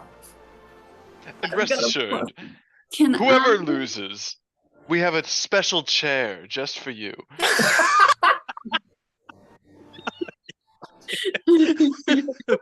Loser gets a chair. Have a seat. I'm done, bro. Cut the show. What do we Oh get? my What do we god. get? That's actually Oh. not a bad idea. Vasaliki was about to say something. Yeah, I want to use my favor with Aphrodite to get advantage on the roll. Oh, you Fair cheating enough. motherfucker. It's not cheating. She's earned it. Fair enough. Go for it. Take advantage. Fuck, man. Does that Yeah. make you angry? Does that? Does that make you angry? You have advantages too, Romulus. You can call on. Choke on my cock. That's what you're rolling for. Just know I'll use some favor. I don't know what I got, but I'll use. I'll use You're son of Ares. Let the passion flow through you. All right, Vasiliki. That's your. What is your role? I got a 19. Ooh, Romulus, what'd you get? I got a 15, which is Oh, not. shit. It's 5. just enough to cock block. Yeah. It's just I enough should've to guided myself. She looks between the two of you and looks a little doe-eyed, almost a little like, please, like she's like, I want both of you so bad, and she's getting stonewalled by Vasiliki a bit, and looking between the Wolf of Athens and trying the tastes of an Amazon for probably the first and only opportunity she'll have, but also probably the first and only opportunity she'll have to have a true champion, a champion warrior to herself, and she's like, Technically, I'm also Amazonian, but at the male side, so it's not really. "Oh, that doesn't Yeah. matter." She goes, how am I possibly supposed to decide? Maybe there's some other way to measure who Arm wrestle, arm Lights. wrestle, arm wrestle. Arm wrestle. Arm wrestle, yes, yes. Arm Yes! wrestle. a feat of strength to show my favor. Very well. Whoever can win, whoever can do the most, whoever wins an arm wrestle, very well. Whoever can win the arm wrestle will prove their superior strength, and it is them I will take to bed first. First. There's plenty of me to go around, and I am certainly not opposed to watching eyes. You can sit in this chair. We do have cuck chairs on it. Take a seat and wait your turn. Have them available. Yep. I mean, I suppose if this is how we are. No, I take it back. Feat of strength. What is this? The Temple of Ares or Zeus? No. This is the Temple of Aphrodite. This must be a feat of Aphrodite. So, how to test you in the way of Aphrodite?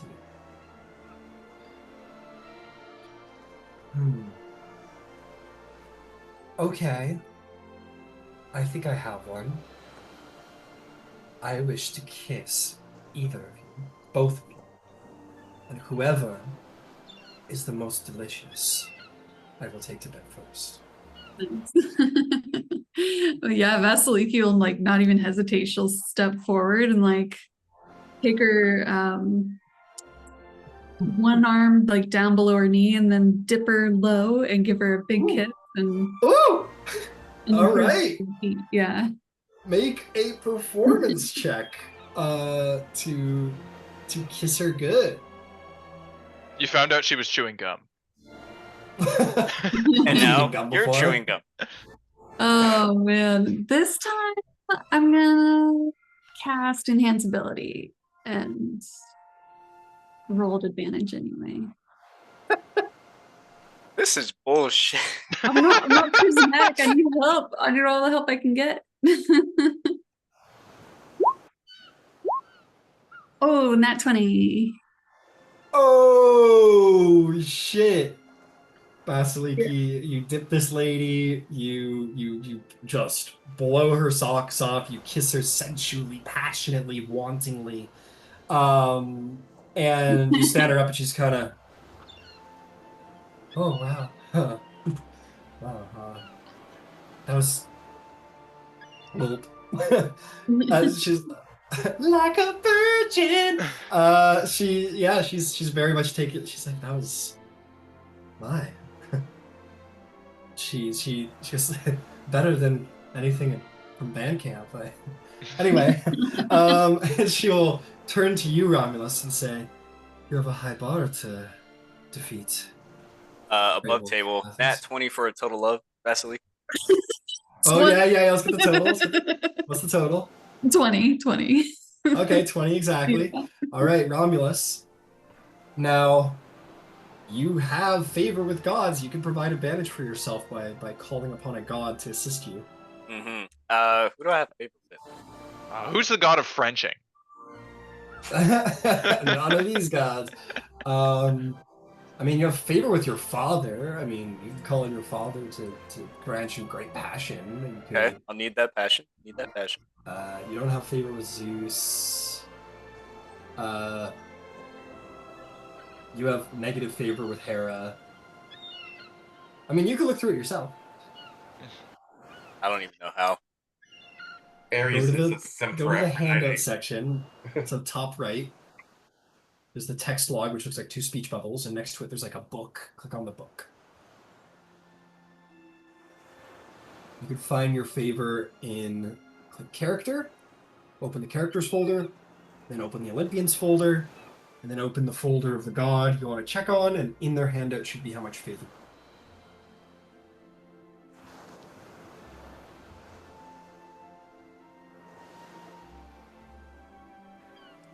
I'll just use Ares. Alright, use Ares. You have 3 with Dionysus. How did we forget that, dude? You got big favor with Dionysus. I don't. Hey, why don't we say you call on Dionysus to make the kiss as Maddening. as intoxicating and ecstatic as possible. Okay. All right, you have an advantage. Yeah, I think I'll kind of see the display, the Vasaliki.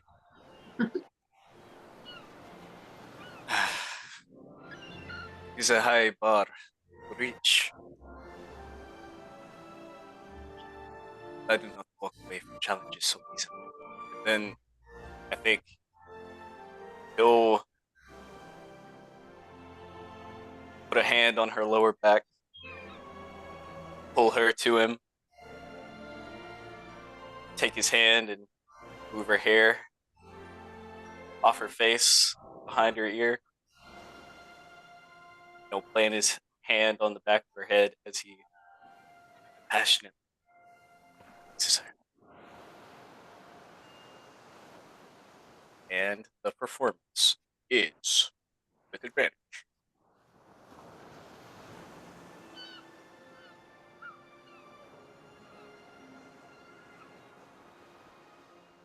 A dirty 20. A dirty Again? 20?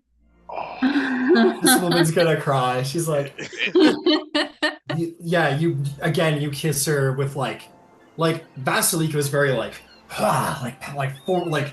forward and full of passion and like aggressive, just like laying it on her and forwardness, and left her kind of in a daze. The And then you true kind of wolf come of over Athens. and just like it's gentler, compassionate, and your lips are full of sort of the ecstasy of Dionysus, which sends sort of a shiver down her spine if there was not already one from Vasiliki, and she's pulled back and she's like, this is too hard a decision. Okay, do the arm wrestle. I can't. There's nothing stale about this stalemate. Do the arm wrestle. And she just goes over and has like a big drink of wine. She's like, arm wrestle for it. I can't. All right, deal. The myth of Vasiliki and Romulus is them unending feats. This is basically like the trial of Paris, where he's like, damn, all these naked goddesses are so hot, I can't decide. Oh, I can't steal it. I want to steal the trial of Paris, but I can't. She'll be like, just arm wrestle. Yeah, I should have just listened to you. Go ahead and arm wrestle. Cool. Is that athletics? I will say best 2 out of 3 athletics. So you guys take arms. You 2 out of prepare. 3. Yeah. So you gotta not only bring them to the left, but then you gotta pat them down. So if you're losing a little bit, you gotta bring them back to neutral, send them over, and then tap down on the side. That's what we'll say. So it's not all in one. Okay. You just take the hands. Everybody's watching now because they're like, you guys have probably picked out like the most beautiful lady, right? And she's can't decide between the two of you which is more who she wants to take to bed more. She wants both of you so bad. She's like, Vasaliki, are you sure not even for like one night you could just like close your eyes a little bit or something? I won't look. You could just pretend it's, I don't know, we could figure out something. No. I promise I'd pay you extra attention. A pillow on my head. If it was literally anyone other than my brother. It's ancient Greece. These things don't matter as much. All right, go ahead, Romulos. We're close enough to being gods. The gods are in no place to judge. Yeah, Fair. that's true. Oh, And they do not. I got a really good first roll. If you say another nat 20, I'm just turning the stream off. It's close. It's not a close. nat 20, but it's pretty good. It's a 28. It's a 28. She hits you with your other hand. That's the trick to arm wrestling. All right, Stab you in the side. here we go. All right. 17. 17. What did you get, Vasiliki? 28. 28? Yeah. Jesus, fuck. Yeah, Romulos, you take her hand and suddenly just like, Vasiliki wants this bad. Vasiliki's down bad for this. It's And been she so just, like, long. just like starts to bring your arm over, and you're like, "Whoa!" Go ahead and take another roll to both of you to see if Romulos can kind of catch it before defeat. Oh no, Vasiliki. Oh, it's over. What'd you get, Romulos? I'll use my inspiration. All right. Suck up! There we go. Sorry, I gotta scroll down. 26. I got a Ooh. 29. Cool. Yo, what is your fucking bonus? What the fuck? I guess. I have expertise in athletics. Damn. That's fucked up. That's what she says. Damn. Vasiliki possessing the might that is imbued upon many of her children, or many of his children, Zeus's children, much like Perseus himself, imbued with great might. You take her arm, Romulos, and find yourself overwhelmed with the potency of Zeus's blood in her veins. And just before you can even catch anything, bam! The fist comes down, Vasiliki with great might. And apparently great determination for the reward. Wins the arm wrestle. And everyone kind of, yeah!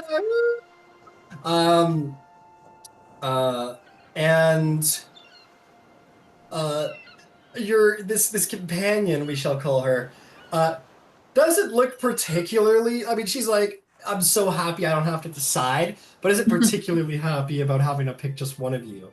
And she's going to go over to you, Romulos, and she's going to just sort of like take your cheek and whisper in your ear, and she's going to say,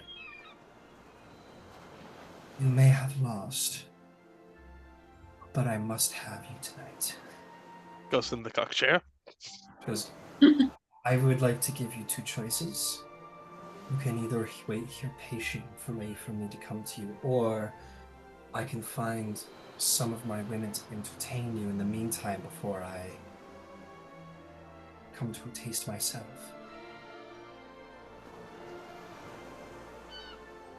What would you prefer?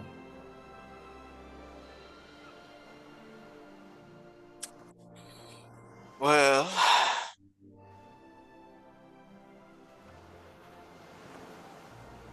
I suppose I could find a snack for the main course. As one such as you, I expect your appetite will not easily sated. And she will turn to the larger room, and she will say, "My sisters in Aphrodite, do not allow yourself the missing of one opportunity to have one of the greatest lovers who have ever put their lips on mine. Surely, I do not need to have experienced him to know that it would be a true cruelty to Aphrodite herself to miss the opportunity for a taste of his greatness." And many have never heard such praise from sort of one of the most desired in the temple. And they say, "Margetta, is he truly so satisfying to taste?" And she will look over and say, "And more. Who will aid me in taming of this beast?"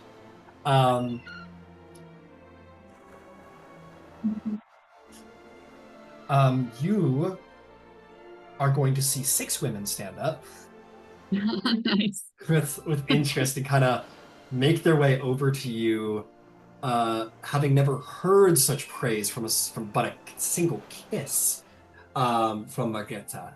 And all 6 of them will come over to you and say, "Do you think you'll be able to keep us all company while you wait?" I think I can manage.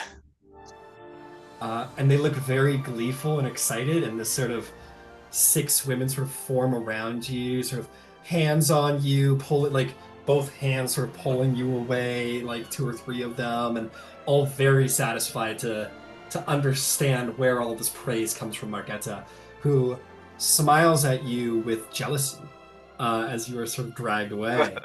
And then she turns to you, Vasaliki, and approaches you and says, "Your brother wasn't just showing compassion and letting you win. You defeated him with such ease, he must have surely allowed you the victory. Or is your strength truly so exceptional?"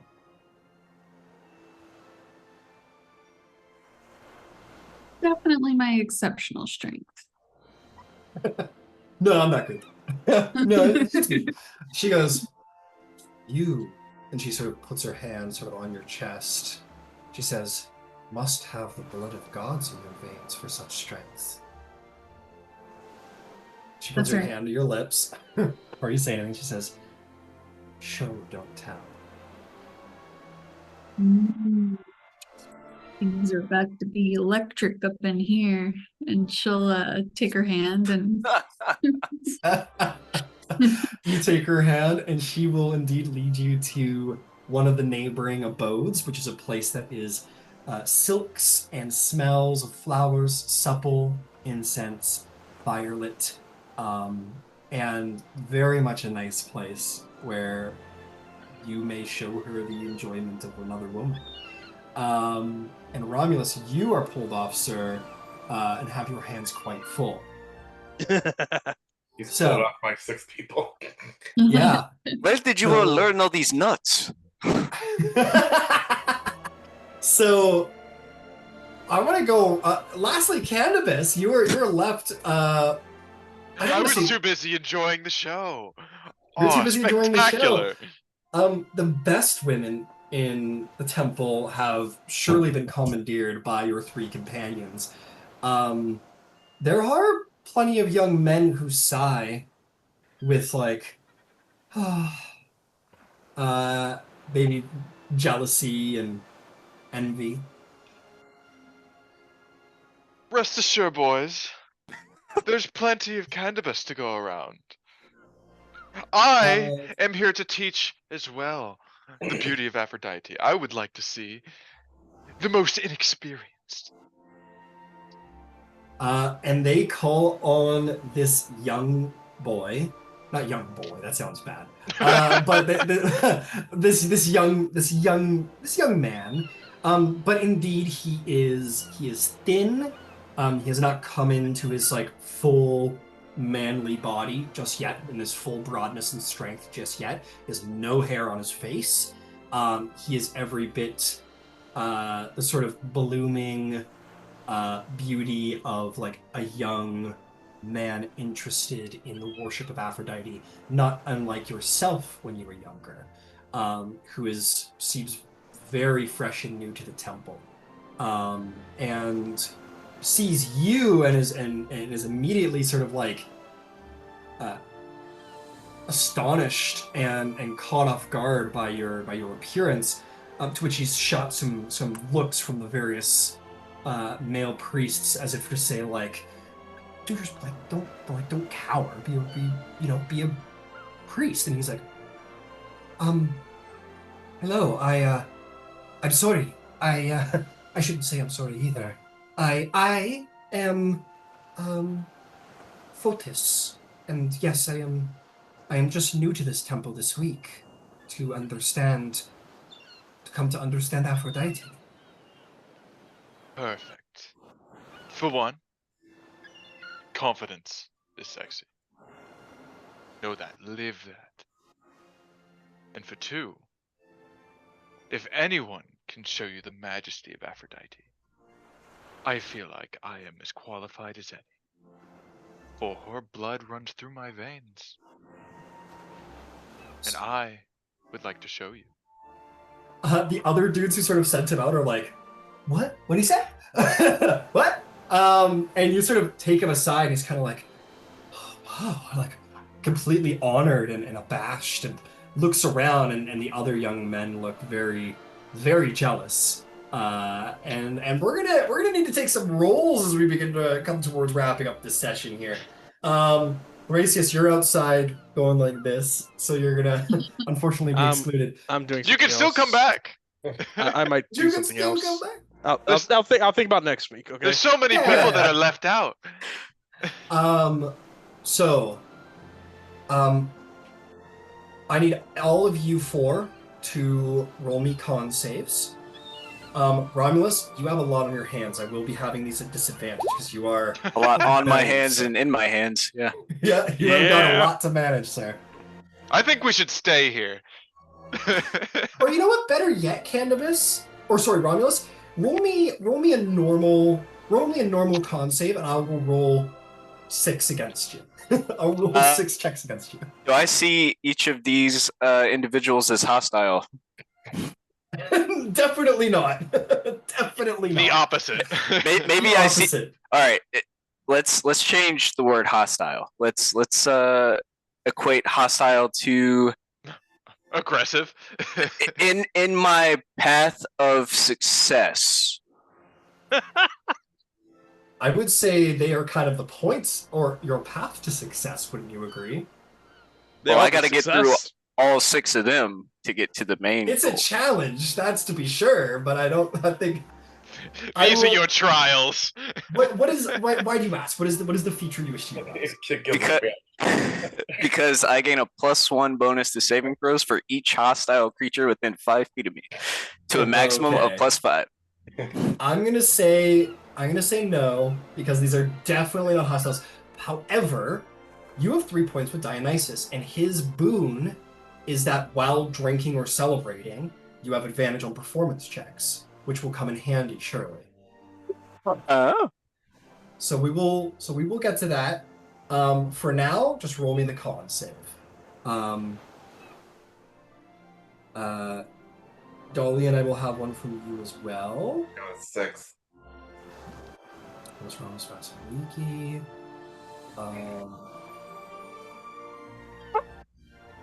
Okay, I got a 6, Dolion.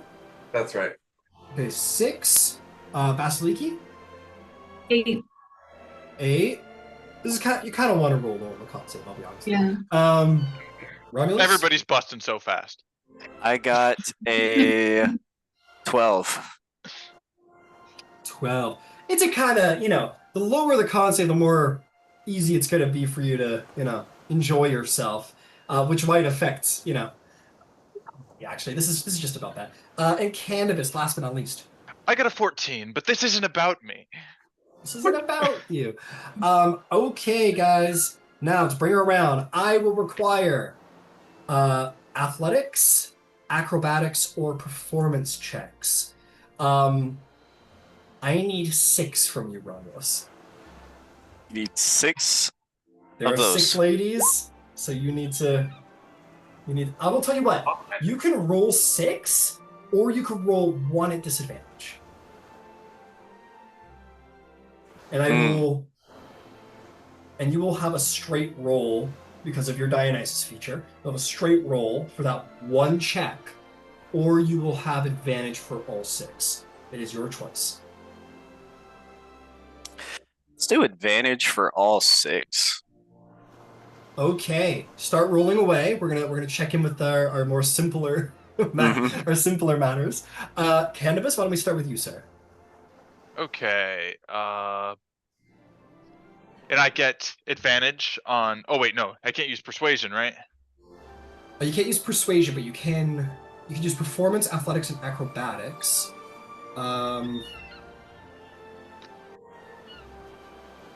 Yeah. I feel like Goddess's Grace should cover performance, but it's fine. I do too. What is your?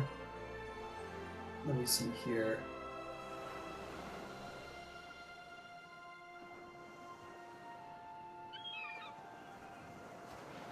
I will tell you this.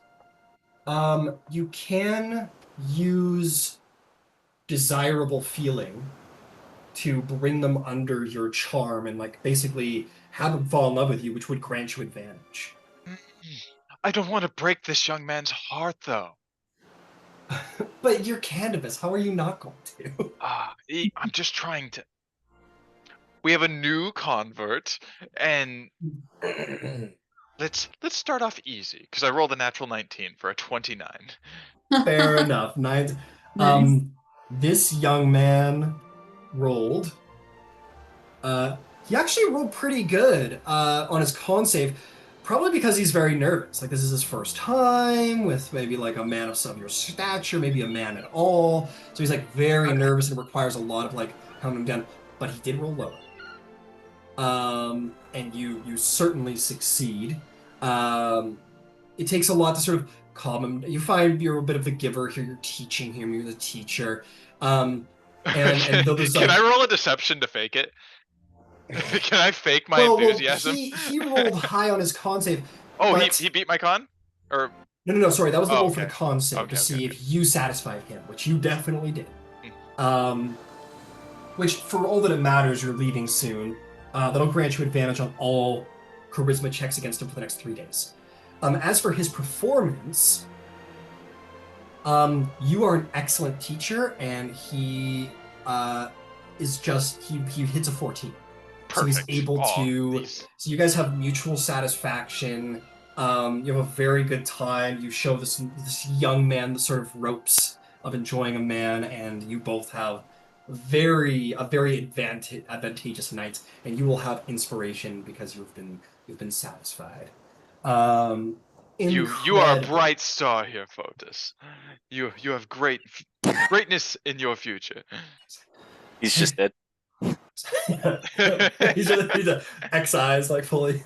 He goes, thank you. And you're like, shit, I didn't want him to fall in love, but there's no crazy like taking someone's virginity. Okay, I must make my leave. Who's next? No, stay. Incredible. Dolion, how about you, sir? 10 acrobatics. A 10 will still suffice. This young lady is. I'll tell you what. I'll give you advantage. You're still good. You beat her, but take advantage because you're showing her the ropes. Okay, 18. You well and truly satisfy her beyond all expectation of at least her body, and will have advantage on charisma checks against her for the next 2 days, and teach her the ways of the ropes. She does satisfy you. She does, and you will have inspiration because of it, as she maybe takes what she learned and is very sort of maybe submissive to you in her knots and pleases you the way you like. Quick study. I'm gonna hit you, Romulus, before Vasaliki, who is taking the creme de la crop of this temple. So, all right, Romulus, here we go, buddy. We're gonna Okay, take so it one lady at a time. So her con save is. Oh, you're doing each one of them. So she rolled a 9 on her con save. How'd you do on the first one? I rolled a 12 for my con save. Yes, I understand. What is your performance? Performance, acrobatics, or if you want the advantage, you gotta roll performance. Yeah, so I did 2 with the advantage, and it wasn't to my liking. So the first one with performance is going to be an 8. An 8. This lady isn't quite satisfied, unfortunately. But Whiskey dick. she does, and she doesn't quite satisfy you. Maybe just in the torrent of women, she's just like, you two don't get as much access to one another as maybe other ladies. Happens. Roll for the next lady. She's going to be tremendously. She's been needing this. She rolled an out one on the con save. Mm. Great. Because the next one with performance is a 14. A 14. You very well satisfy her and would gain 2 days of advantage on charisma checks against her. And she doesn't quite meet your satisfaction, unfortunately. Not just quite, but maybe because she's just been in such deep need of your talents. What was your next performance? So it's going to be athletics for the rest of them. Okay. 17. A 17 just meets her con. You do indeed satisfy this lady. You have advantage against her for 2 days.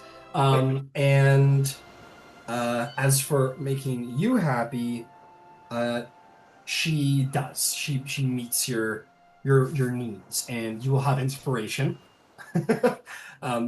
You have 3 more, I believe. What is your next? Or 2 more. 2 more. 3 more.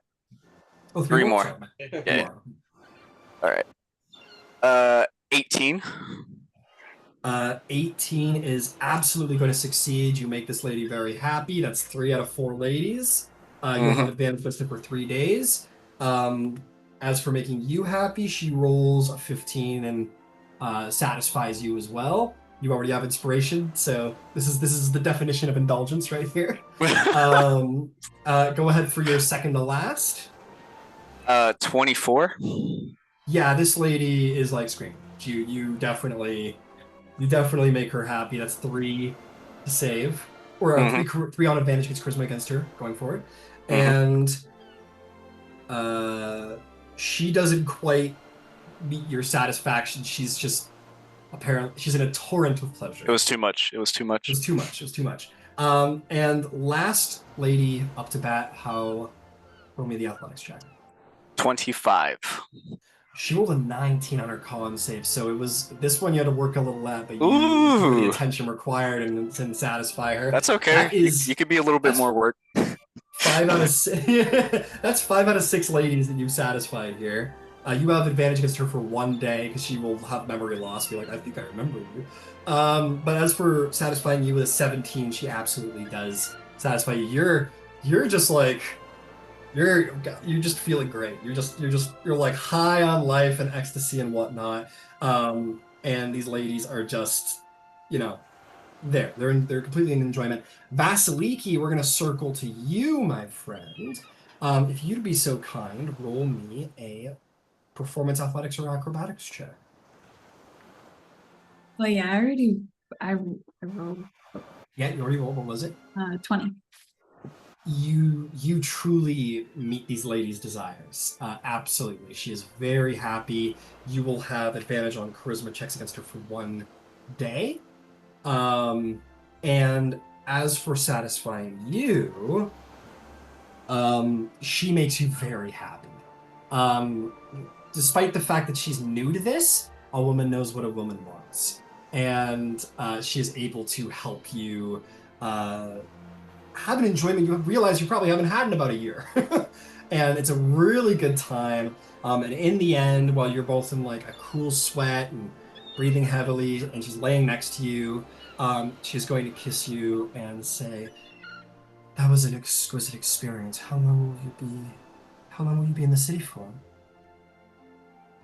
Just for the night, unfortunately. That's such a shame. Well, maybe before you leave tomorrow, you might come very early and maybe continue to consider to worship Aphrodite again.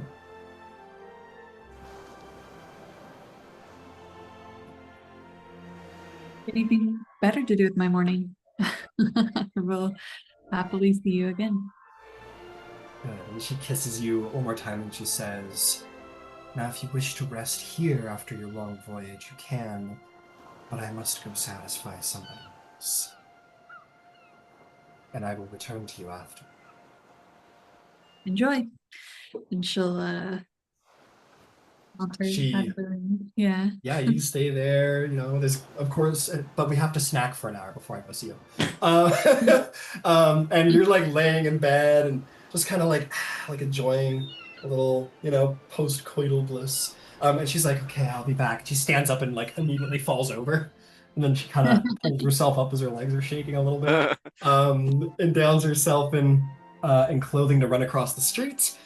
She comes upon a scene as like maybe Romulos are just like talking with the last woman who wasn't quite satisfied, as maybe you guys are just like, "You know what? We need to recharge." And the other 5 ladies are all like laying on the ground, like, oh, like in enjoyment. And Romulos, What a scene, dude.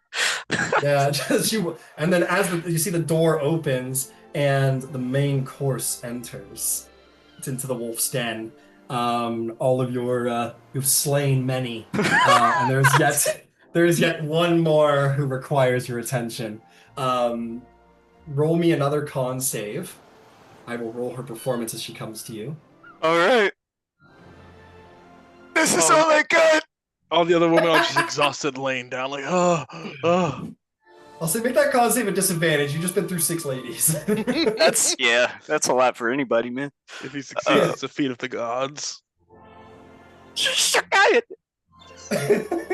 Oh no. Oh no. With disadvantage, an 8 versus an 18. She, as you're like sitting there, she approaches you and she like straddles you, and you two have. It's on. It's on, and she greatly satisfies you. She's been very excited for you all night, and finally gets to release that excitement. And now, as for you, showing her a good time, roll me your athletics, acrobatics, or performance at advantage. All right, I will do athletics with advantage. Go for it. Shakayate.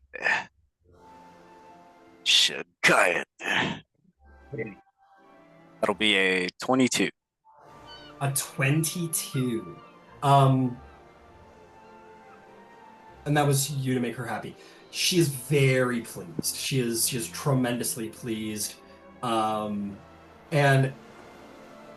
similarly, like, walks out later with like shaky legs, all she could do to make her way back across the street to like fall into the bed with Vasaliki. But before she goes,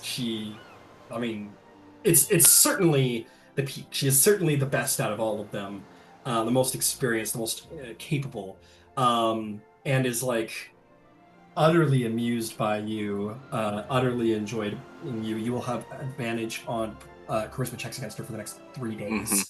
I think as we're approaching the precipice, if you will, I think he'll just kind of like whisper in her ear,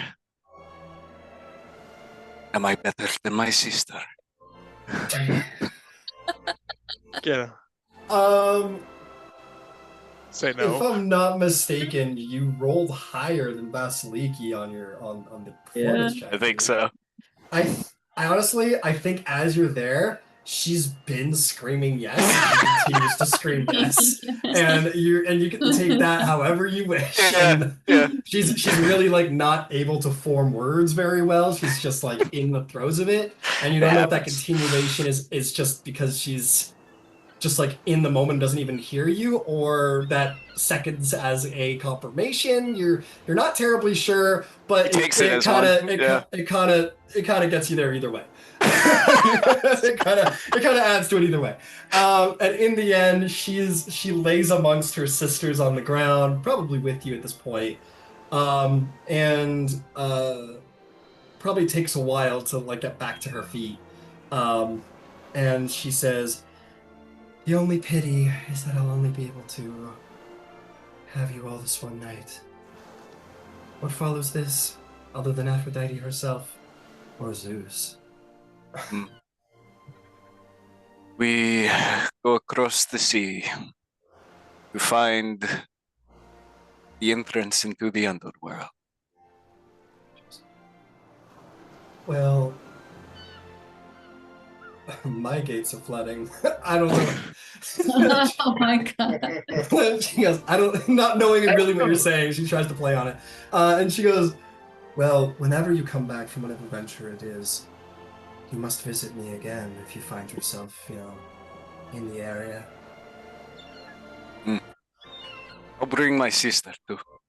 Yes, please do. Maybe we can convince her to let her stubbornness aside. She is quite stubborn. Now that you mention it, I must return to her. And she will, a little zombie-like, exit the room, losing all elegance in her walk, and will find her way back to Vasiliki's room for some rest. And we will call the session there. Thank you very much. I gotta get going, guys. Bye. Fair enough. Take care. Bye. I think I gotta give, like, not to discredit everything else that happened, but that was like an epic trial of love and passion between Vasaliki and Romulus that I think I'm gonna give you guys some favor with Aphrodite. I think it's only fair to say after that. It was an epic enough adventure that I think it's fair. So Romulus, you have now 1 point. Vasiliki, you have reached 3 with Aphrodite. I need to go look at Aphrodite's allies and rivals to see how that might affect things. Let's see here. Oh, that's the wrong folder. That should be good though.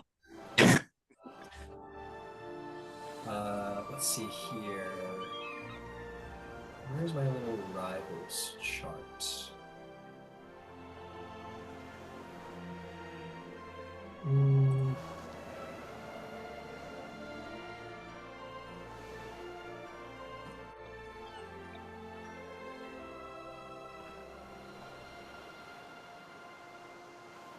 Don't know where I put it.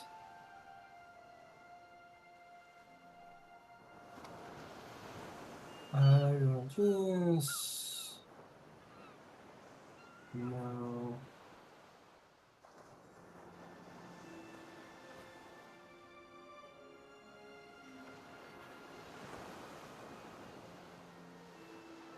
How was that? Sure that.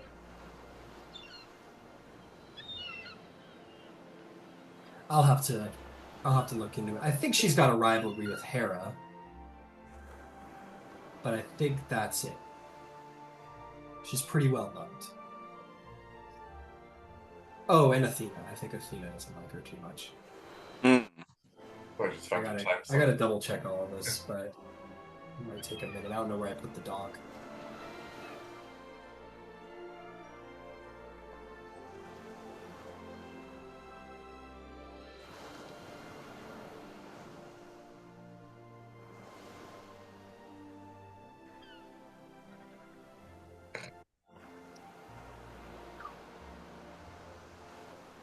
I don't know. I'll look into it. I'll count for it later. Yeah. Yeah, that was fun. That was great. A little Aphrodite fun is always good. Love it. Takes like sibling rivalry to like a whole new Yeah. level, man. I know. is pretty funny. Oh my god. No, I loved it. I loved it. Yeah, that was great. Oh yeah. Yeah. I'm done sitting at this computer though. I've gotta get up. I don't know. Fair I'm enough. restless. Yeah, me too. I'm restless. Yeah. Yeah. Oh, All man. right.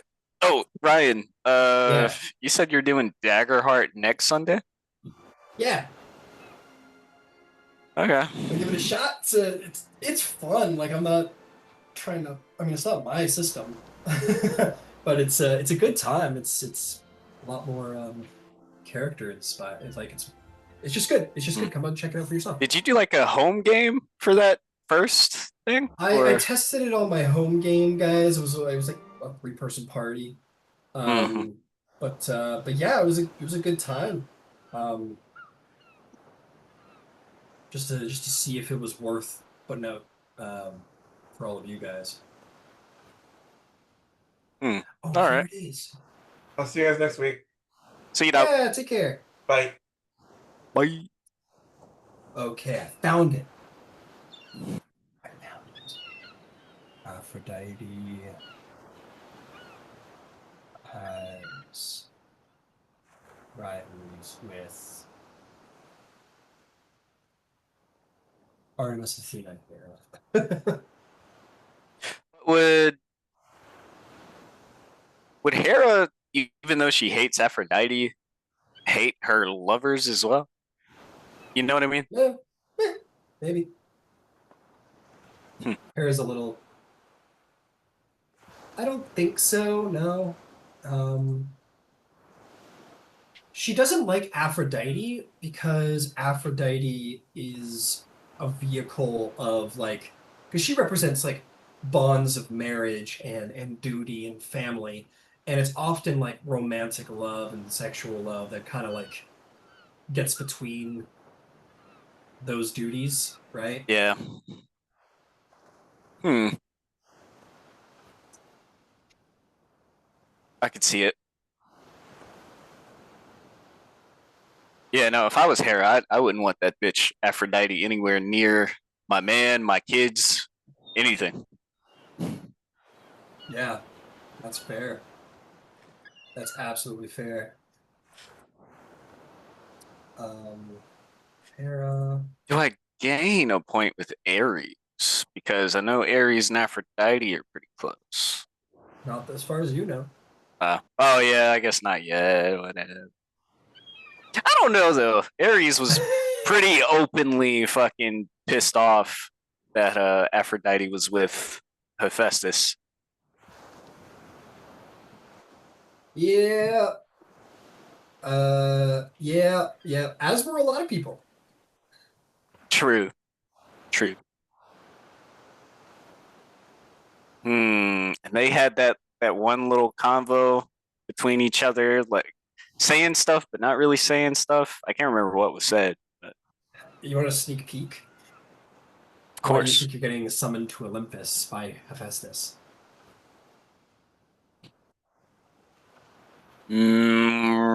Maybe there's a challenge. Hmm. Who knows? Maybe it has something to do with all that.